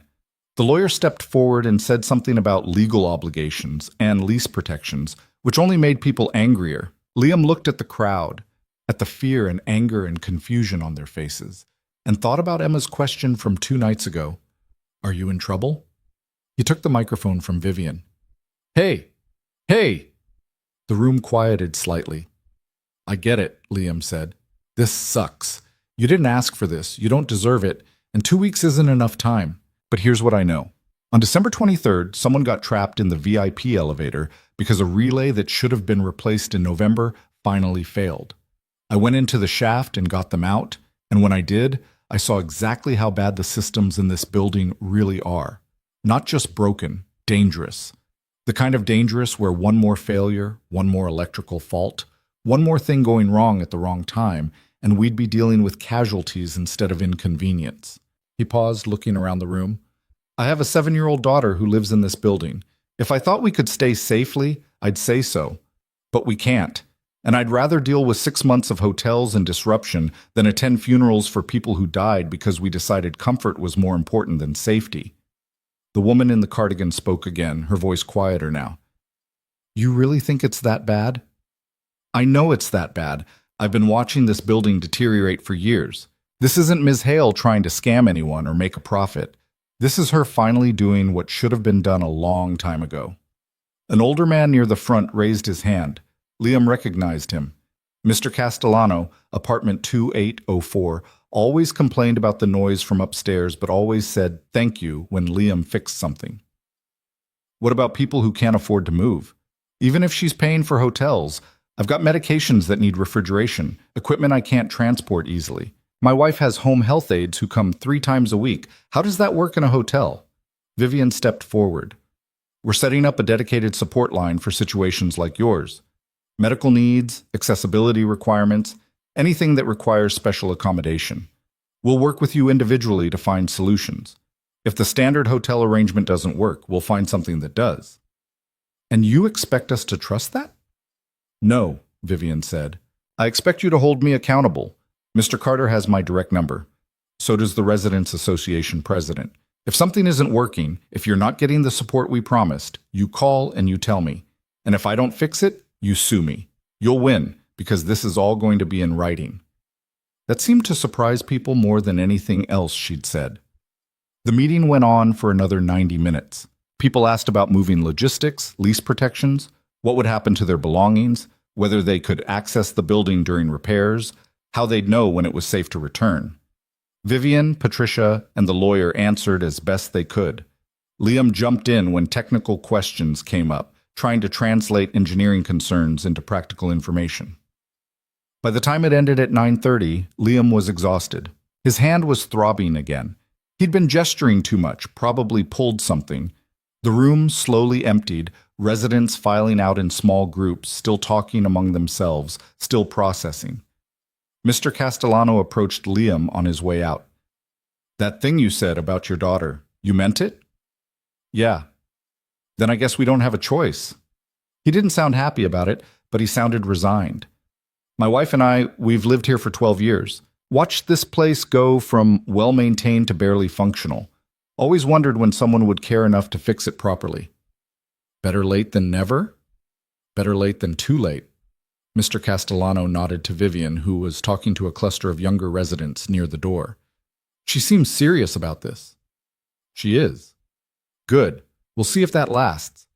He shuffled toward the exit, moving slowly, age and frustration both weighing on him. Liam helped fold chairs while Vivian finished her conversations. When the last residents left, she sagged against the wall like someone who'd been holding herself up through sheer will and had finally run out. That was awful, she said. Could have been worse. How? They could have thrown things. She laughed, but it sounded brittle. I grew up in boardrooms. I've negotiated contracts worth hundreds of millions of dollars. I fired executives, restructured companies, survived hostile takeover attempts, and that meeting just terrified me more than any of it. Because those were your peers. This was regular people whose lives you're disrupting. Exactly. She pushed off the wall and started helping with the chairs. How did you do that? That speech about your daughter, that wasn't planned. No, but it was true. It changed the whole tone of the room. They trusted you. They trusted that I was scared too. Nobody trusts people who aren't scared of the same things they are. Vivian stopped folding chairs and looked at him. When did you get so good at understanding people? I'm not. I just know what it's like to be powerless and angry and have someone in authority tell you to trust them when you have no reason to. They finished cleaning up in silence. The building felt different at night with the community room empty, the usual ambient noise of residents coming and going replaced by an almost oppressive quiet. Through the windows, Liam could see lights in apartments above, people still awake, probably still talking about the meeting, still trying to figure out how to pack up their lives. I need a drink, Vivian said. Little early for that. It's 10 p.m. That's practically responsible. Liam checked his phone.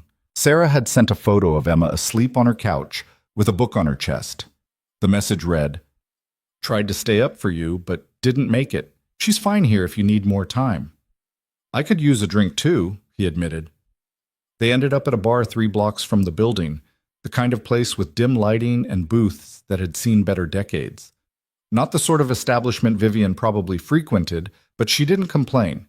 She ordered whiskey neat. Liam ordered beer. To surviving the worst meeting of our lives, Vivian said, raising her glass. To surviving it so far. We've still got individual resident consultations, moving coordination, and about 50 more chances for things to go wrong. You're very reassuring. I'm realistic. There's a difference. They drank in silence for a minute. The bar was mostly empty, a few other people scattered at tables, someone playing pool in the back, a TV showing a basketball game nobody was watching. Normal people doing normal things, completely unaware that 3 blocks away, 300 families were trying to figure out how to uproot their lives. Tell me about your daughter, Vivian said suddenly. Liam looked up. What about her? Anything. You mention her constantly, but I don't actually know much about her. What's she like? He pulled out his phone and showed her the photo Sarah had sent. That's Emma. She's 7. Smarter than me, which is either good or terrifying depending on the day. Loves reading, hates math, wants to be a veterinarian when she grows up, even though she's allergic to cats. Vivian smiled. She looks like you. Poor kid. I meant the serious expression, like she's thinking about something important. She is, probably thinking about how her dad promised to be home by 8, and it's past 10. Liam put the phone away. Her mom died when she was 3. Cancer. Emma doesn't remember much about her, which kills me because Kelly was amazing, smart, funny, patient with my stupid jokes. She would have been a great mom. I'm sorry. Yeah, me too. He took a drink. After Kelly died, I had to figure out how to be both parents. That's why I took the job at the Meridian. Steady hours, decent benefits, management that didn't care if I had to leave early for school pickups as long as I got my work done. Turned out management didn't care about much of anything, but by then I needed the paycheck too badly to leave. So you stayed and fought to make things better. I stayed and did what I could with what I had. That's different from fighting. Vivian was quiet for a moment. I don't have kids. Never wanted them. Too much chaos, too much loss of control. But watching you with Emma, the way you make decisions around her, the way everything comes back to her, it makes sense in a way my life doesn't. Your life makes plenty of sense. CEO, successful company, probably have a view from your apartment that costs more than most people's annual salary. I have a view of buildings I own, which means I look out my window and see infrastructure problems I should have caught years ago. Very soothing. She finished her whiskey and signaled for another. Do you want to know why I was leaving that party early? The night of the elevator? Sure. Because I'd spent 3 hours watching people celebrate our company's success, talking about our growth and our profits and our expansion plans, and all I could think about was how much of that success came from cutting corners I didn't even know about. Derek wasn't the only one. There are probably dozens of people in my company making decisions like his, prioritizing short-term metrics over long-term safety, and I didn't catch it because I was too focused on the big picture to see the details that actually mattered. That's not all on you, isn't it? I built this company. I hired these people. I created a culture where someone like Derek could thrive by ignoring safety issues. At what point does ignorance stop being an excuse? Liam didn't have a good answer for that. He thought about all the times he'd wanted to blame management for the building's problems, all the frustration he'd directed at people who probably had their own explanations and justifications for the decisions they'd made. I don't know, he said finally, but I know you're trying to fix it now. That counts for something. Does it? Or am I just trying to assuage my guilt by throwing money at a problem I should have prevented? Can it be both? That got a tired smile from her. You're surprisingly philosophical for a maintenance tech. You're surprisingly hard on yourself for a CEO. Someone has to be. Her second whiskey arrived. She stared at it without drinking. I keep thinking about that moment in the elevator, when the lights went out and I realized I was trapped. I've spent my entire adult life building systems of control, business strategies, organizational structures, ways to manage risk and predict outcomes. And in that moment, none of it mattered.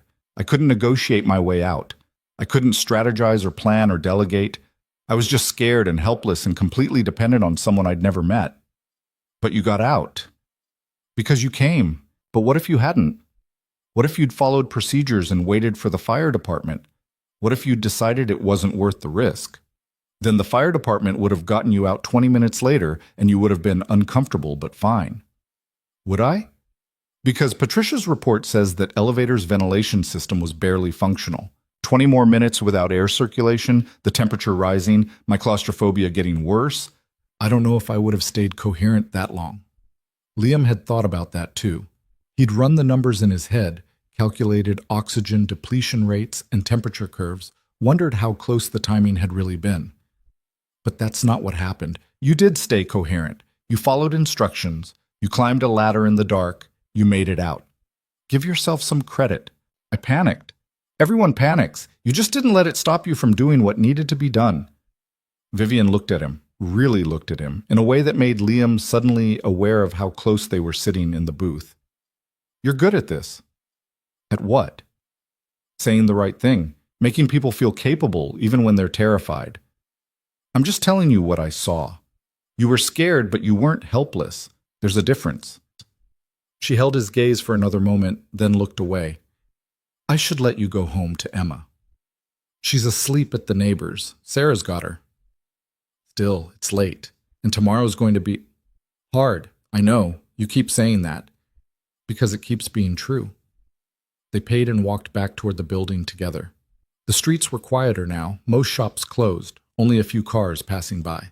Their breath made clouds in the cold air. January in the city always felt like the year was still deciding whether to commit or give up. "Can I ask you something?"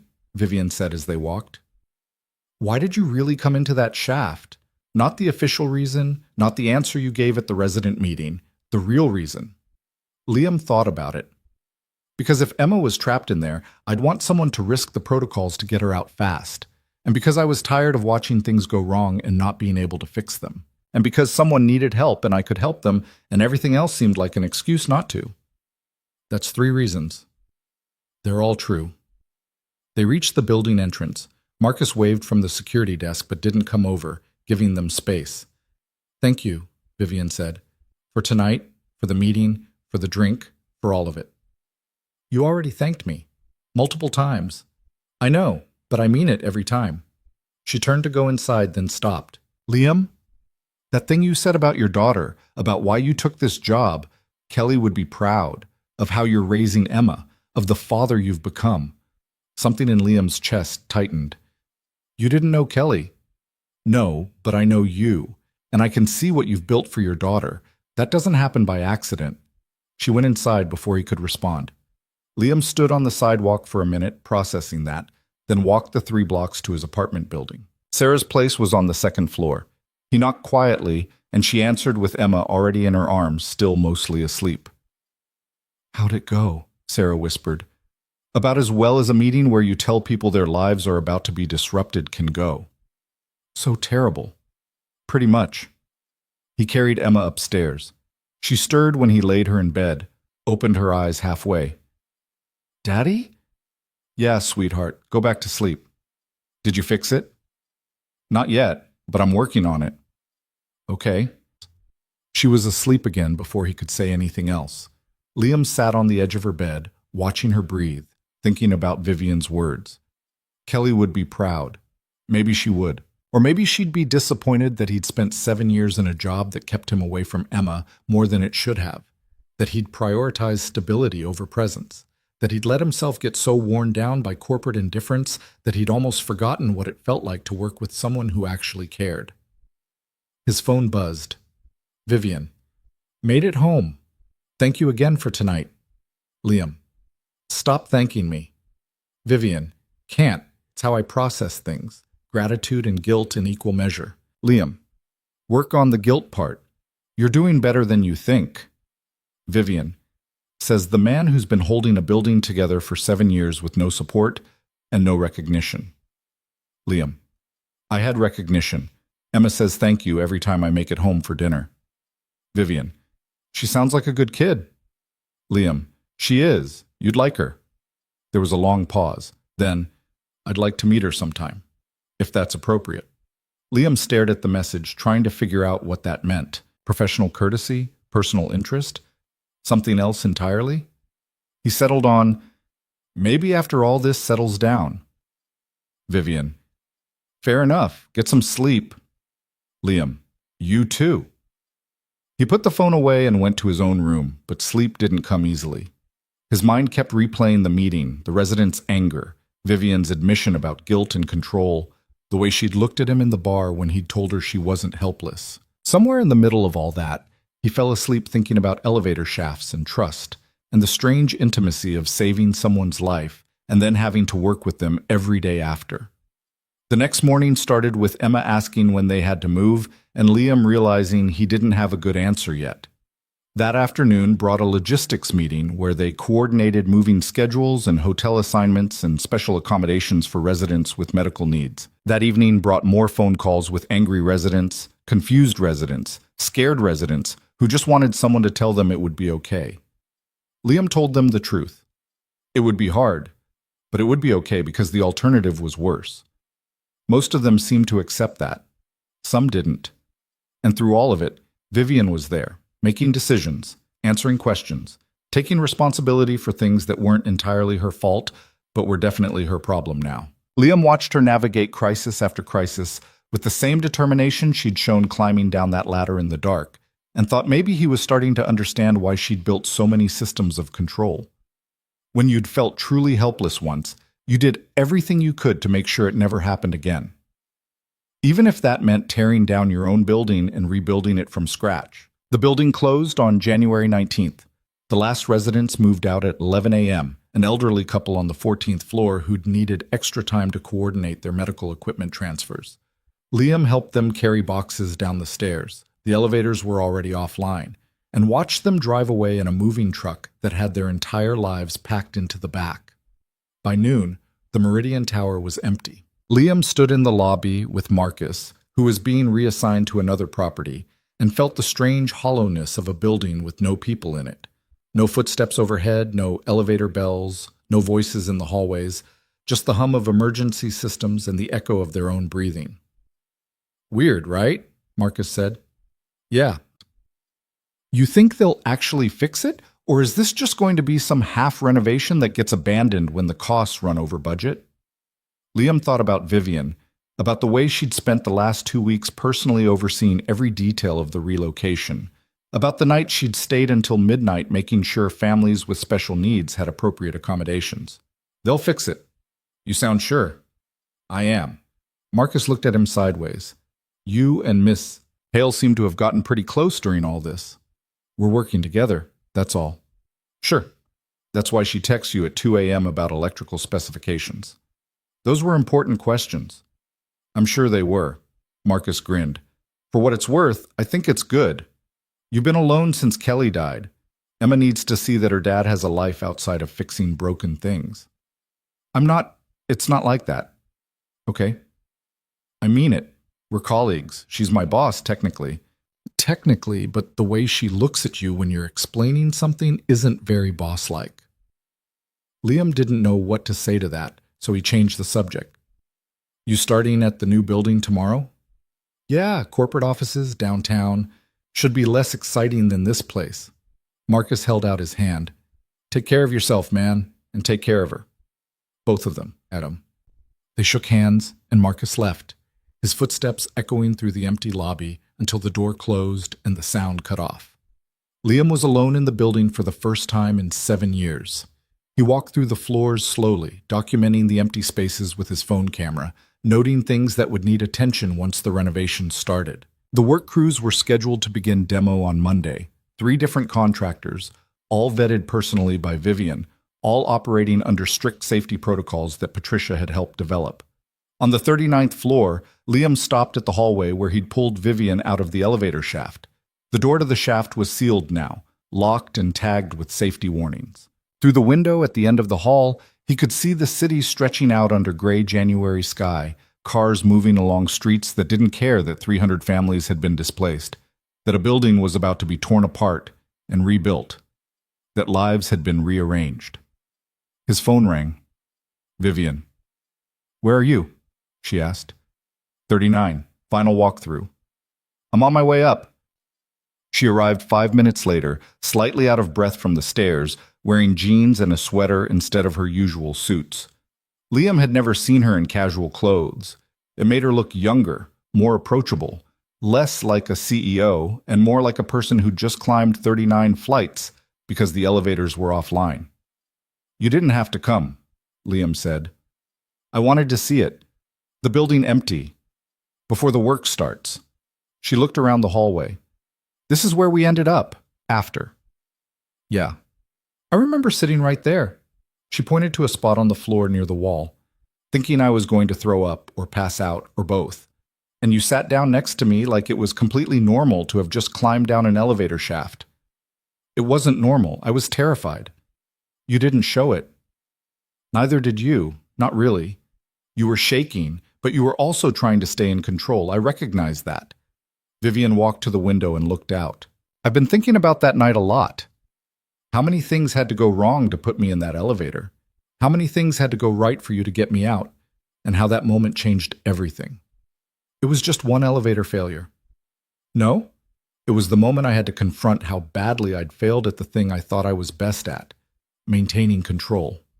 And it was the moment you proved that sometimes the right thing to do is break the rules. She turned to face him. I never thanked you properly. You've thanked me about 50 times. I thanked you for getting me out.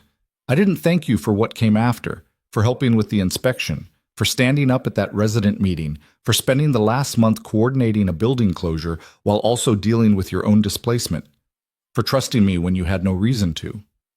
You gave me plenty of reasons. You fired Derek, restructured the department, gave me actual authority to do my job. I did those things because they were right, not because I wanted your trust. But I'm glad I have it. She paused.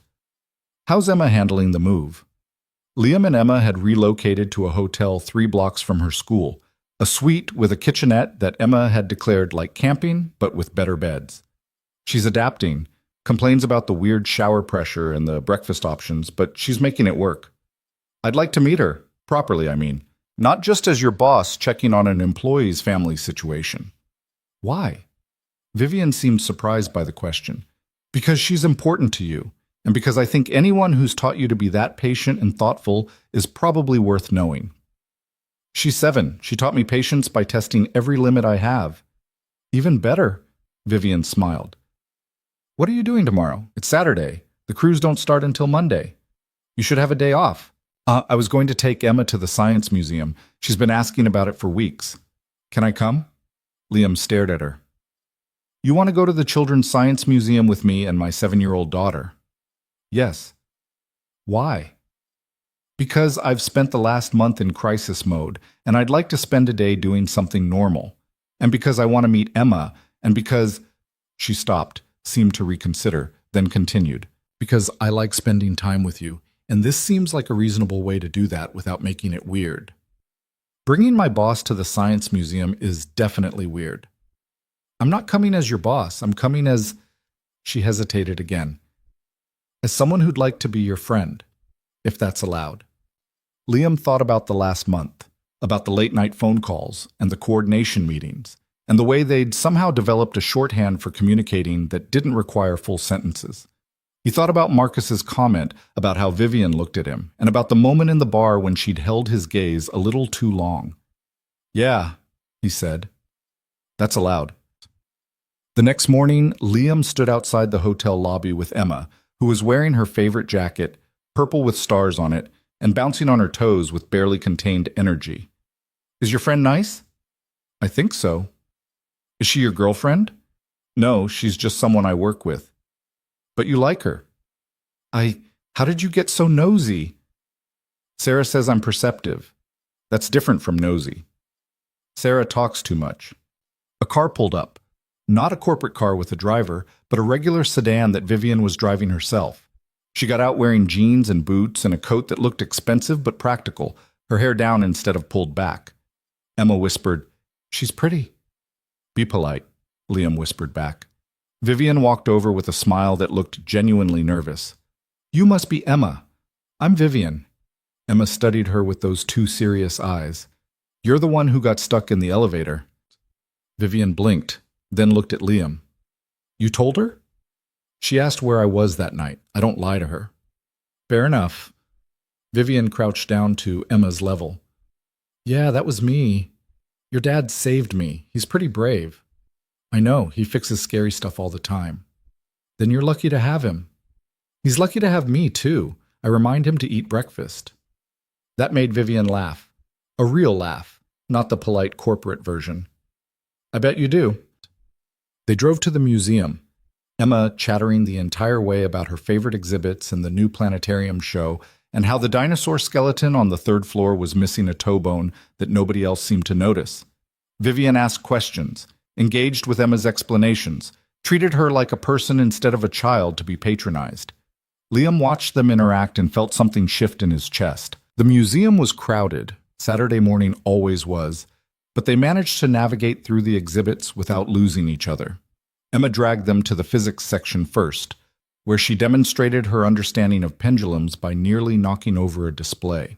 Then the biology section, where she informed Vivian that the human body was basically a meat robot controlled by electrical signals, which was technically accurate but delivered with such casual confidence that Vivian couldn't stop smiling. In the planetarium, during a show about the solar system, Emma fell asleep against Liam's shoulder.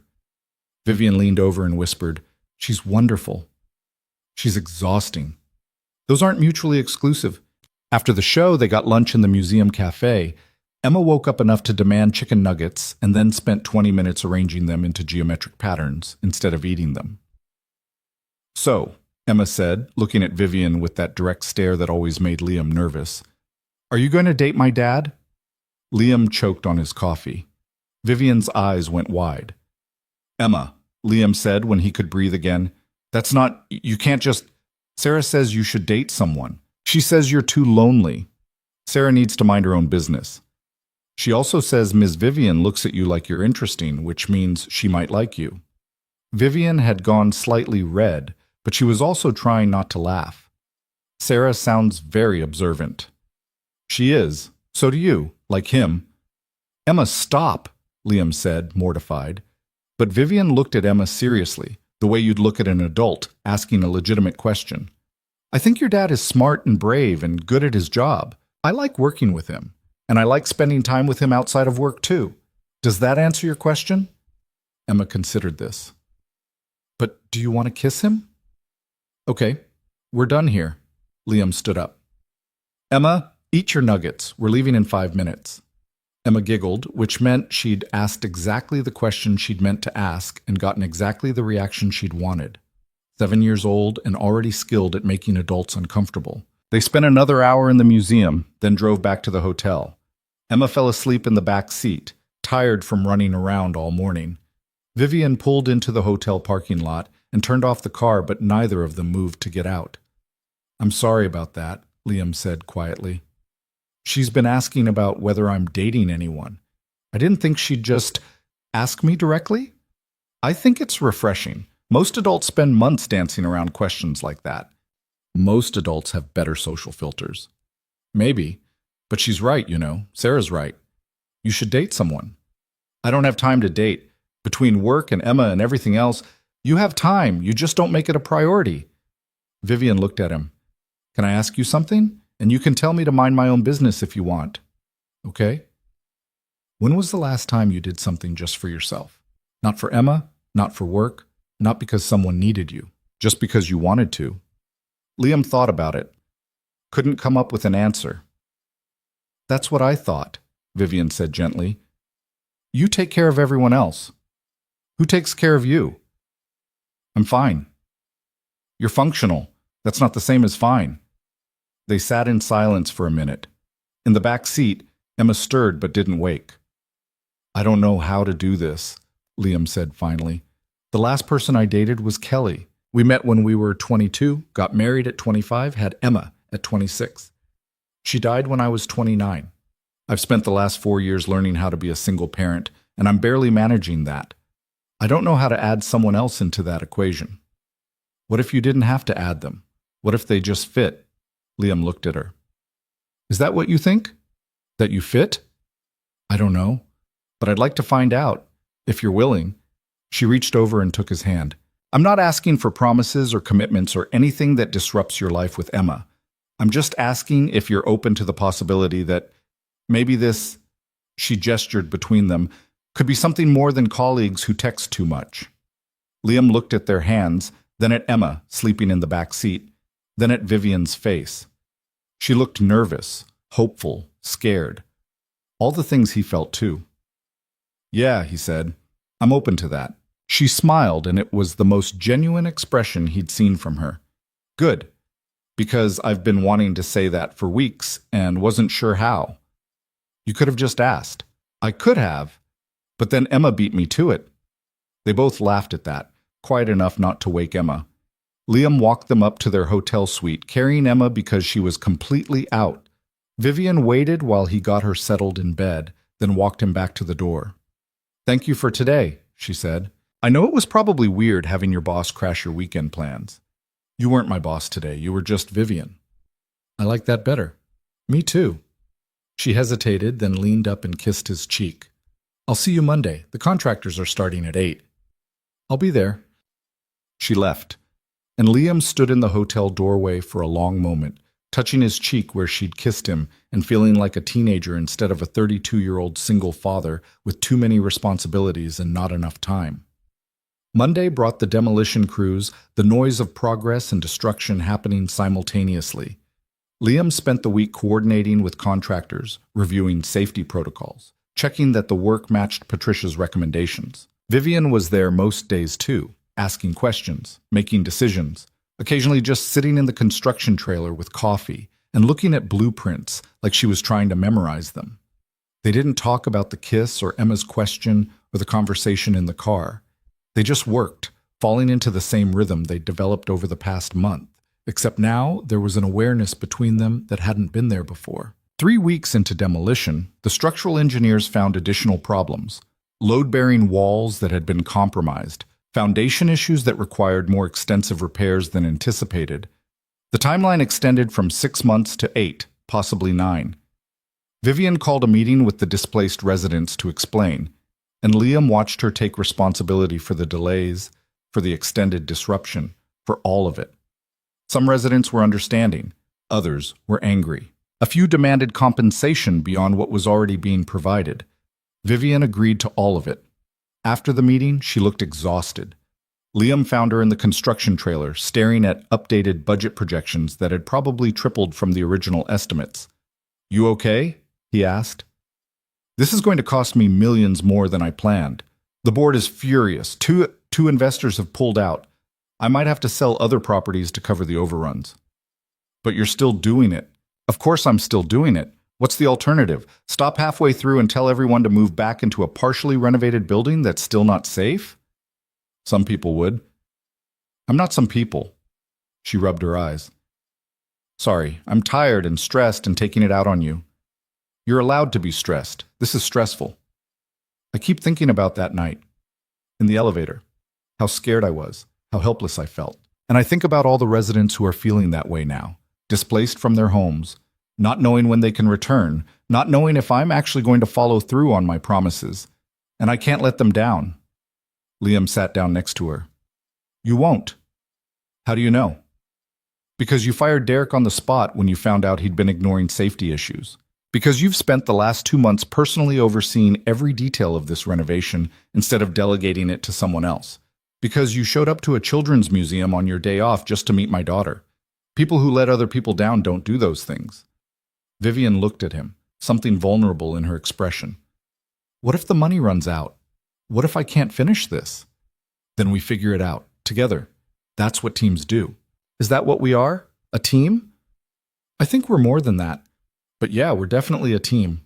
She leaned against him, and they sat like that for a while, the sound of construction happening somewhere above them, the future uncertain but not quite as scary when faced together. The renovations continued through spring. Emma's school year ended, and she spent the summer splitting time between day camps and hanging out in the construction trailer with Liam, wearing a hard hat that was too big for her and asking contractors questions about load calculations and wiring diagrams. Vivian started spending more time with them, not just at work sites, but dinners after, trips to parks on weekends, movie nights in their hotel suite where Emma would fall asleep halfway through and Vivian and Liam would finish watching in comfortable silence. It wasn't dating, exactly. It was something slower, more careful, built on a foundation of trust that had started in an elevator shaft and grown through crisis and exhaustion and the slow discovery that they worked better together than apart. In July, Emma asked Vivian directly, "Are you my dad's girlfriend now?" They were at a park, Emma on the swings, Liam pushing her, Vivian sitting on a bench nearby with ice cream that was melting faster than she could eat it. Vivian looked at Liam. He looked back. They'd been avoiding that label, both of them cautious about defining something that felt important enough to not want to mess up. "Do you want me to be?" Vivian asked Emma. Emma thought about it with her usual seriousness. "Will you be nice to him?" "I'll try my best." "Will you make him take breaks and eat lunch instead of just drinking coffee?" "Definitely." "Okay. Then, yeah, I think you should be his girlfriend." Vivian smiled. Then I guess I am. Good. He's been happier since he met you. Even when he's tired and grumpy, he's less grumpy than before. Liam stopped pushing the swing. I'm standing right here. I know. That's why I'm telling her now. You won't argue if I say it in front of her. She was right. Liam couldn't argue with that. August brought the final phase of renovations. The major systems were done. Electrical, fire suppression, emergency lighting, ventilation. Now it was finish work, testing, certification. Patricia came back to do a final inspection, spending 3 days going through every floor, every system, every safety feature. Her report came back clean. This is how buildings should be maintained, she told Vivian and Liam in the construction trailer. Not just a code, but beyond it. You've created something safer than what was here before. The residents started moving back in September. Liam and Emma were among the first, returning to their apartment that had been repainted, refloored, updated with new fixtures and appliances they hadn't had before. Emma ran through the rooms like she was seeing them for the first time, declaring everything weird but good.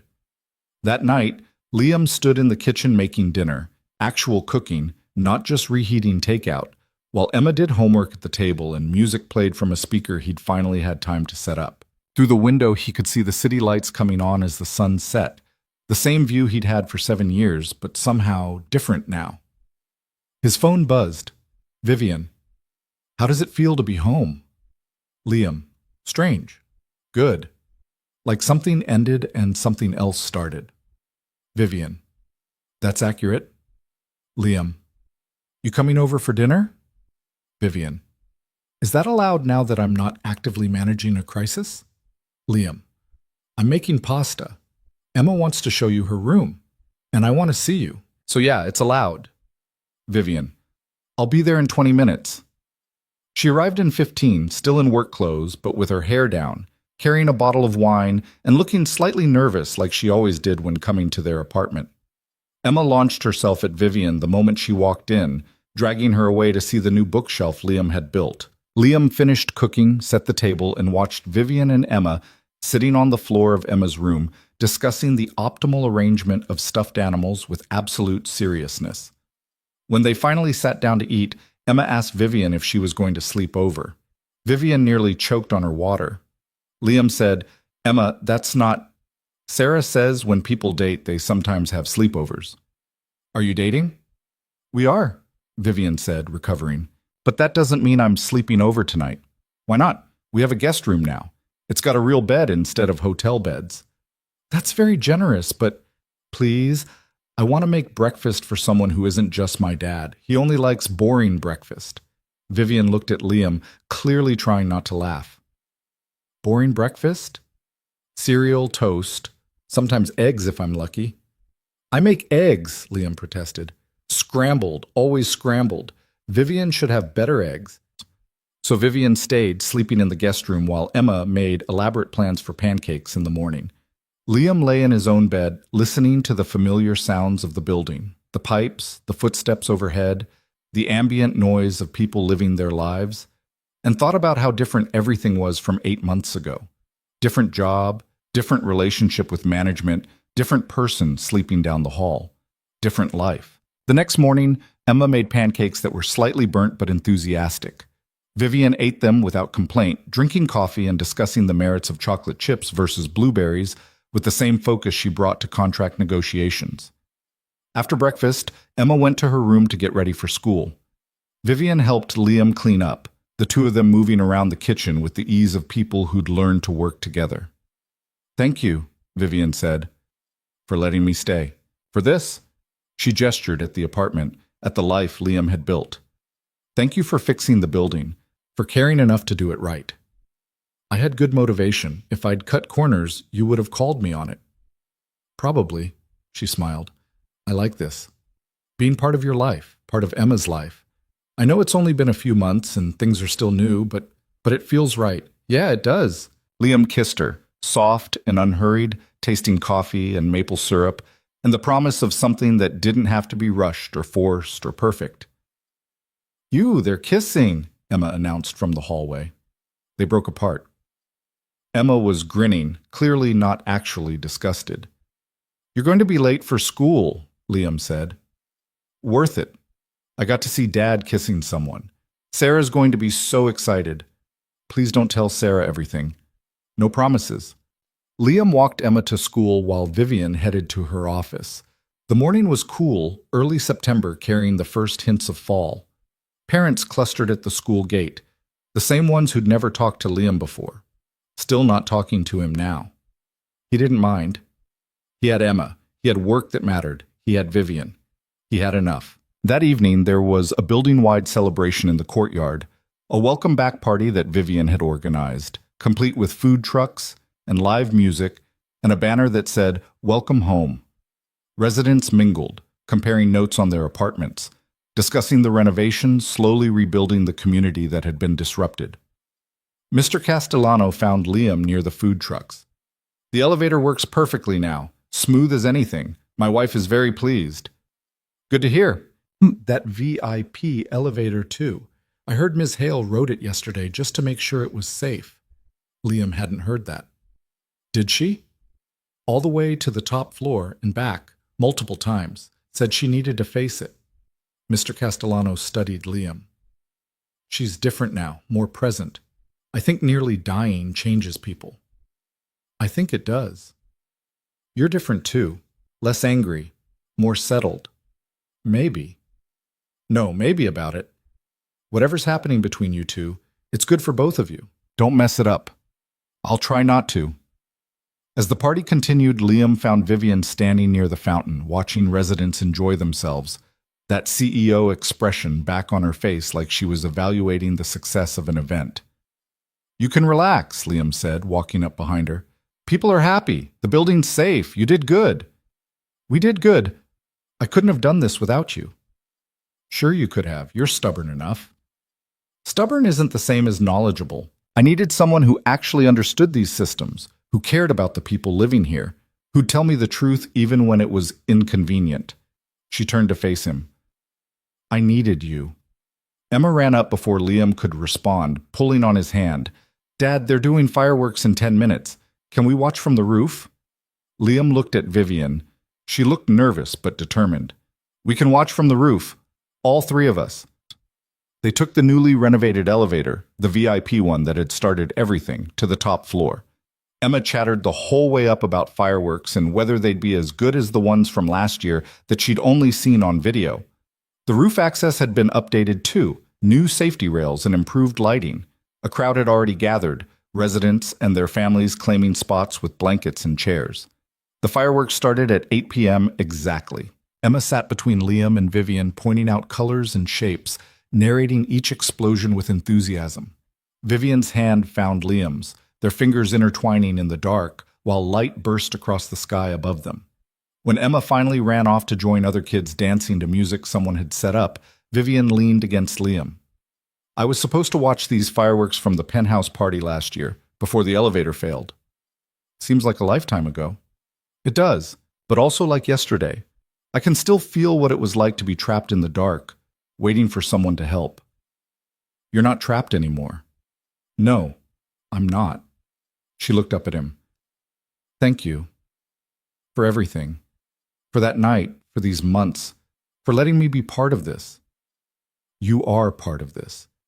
You have been since you climbed down that ladder, trusting me not to let you fall. I trust you with more than that now." Another burst of fireworks painted the sky in gold and red. Emma came running back, throwing herself between them, demanding they watch the finale properly.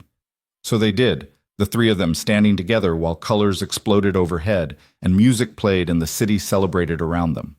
Liam thought about December 23rd, about descending into that elevator shaft not knowing if he could actually get someone out, about the moment when Vivian had looked up at him with terrified eyes and chosen to trust him anyway. He thought about all the things that had to go wrong to create that crisis, and all the things that had to go right to survive it. He thought about broken buildings and broken systems, and the slow, expensive, difficult work of fixing what shouldn't have been broken in the first place. And he thought about the small, imperfect family standing next to him, a daughter who'd learned too young to be understanding, a woman who'd learned the hard way that control wasn't the same as safety, and himself still figuring out how to be enough for both of them. It wasn't perfect. Emma would still have mornings where she resented how much time his work took. Vivian would still have board meetings where investors questioned whether the renovation costs had been worth it. Liam would still wake up at 3 a.m. sometimes, checking his phone for emergency calls that didn't come anymore. But they'd built something real from the wreckage of that December night, something that felt like it might last. The finale exploded across the sky, cascading light that reflected off windows and made Emma gasp with delight. In that moment, with Emma's hand in his and Vivian's shoulder pressed against his, Liam felt something he hadn't felt in 4 years. Not just contentment, not just survival. Hope. The fireworks faded, the crowd began to disperse, and Emma declared she was tired and ready for bed. They rode the elevator down, all 3 of them, in the VIP car that had been completely rebuilt, every system tested and certified and safe. Emma fell asleep before they reached the lobby. Vivian and Liam walked her to their apartment, got her into bed without fully waking her. At the door, Vivian hesitated. "I should go. Let you have time with Emma. Or you could stay. Guest room's still available, and tomorrow's Saturday. We could have boring breakfast together." I thought Emma wanted better eggs. "I'll make an effort, might even attempt an omelet." Vivian smiled. "In that case, I'd better stay. Someone needs to supervise." She stayed. And the next morning, Liam made omelets that were only slightly overdone, while Emma set the table and Vivian made coffee. They ate together, the 3 of them, making plans for the day that were small and ordinary and exactly what they all needed. Later, after Emma went to play at a friend's apartment, Liam and Vivian sat on the couch with more coffee, not talking, just being. "I love you," Vivian said suddenly. "I didn't plan to say that, but it's true, so I'm saying it." Liam set down his coffee carefully. "You sure? It's only been a few months." "I'm sure. I fell for you in an elevator shaft, even though I didn't realize it until later. Everything after that has just been confirmation." "I love you too. Have for a while. Wasn't sure how to say it without making things weird. Things have been weird from the start. We might as well embrace it." They kissed, slow and thorough, the kind of kiss that promised more but didn't rush. When they finally pulled apart, Vivian said, "So what happens now?" "Now we live our lives. You run your company, I maintain the building, we figure out how to make this work with Emma and jobs and everything else. It won't be easy. Nothing worthwhile is." That's very philosophical for a CEO. I learned it from a maintenance tech who climbed into an elevator shaft because easy wasn't the same as right. Liam pulled her closer. Outside, the city moved through another Saturday, people living their lives in buildings that might or might not be maintained properly, facing problems that might or might not get fixed. But here, in this apartment, in this building that had been torn down and rebuilt better than before, things were good. Not perfect. Never perfect. But real and honest and built to last. And that was enough.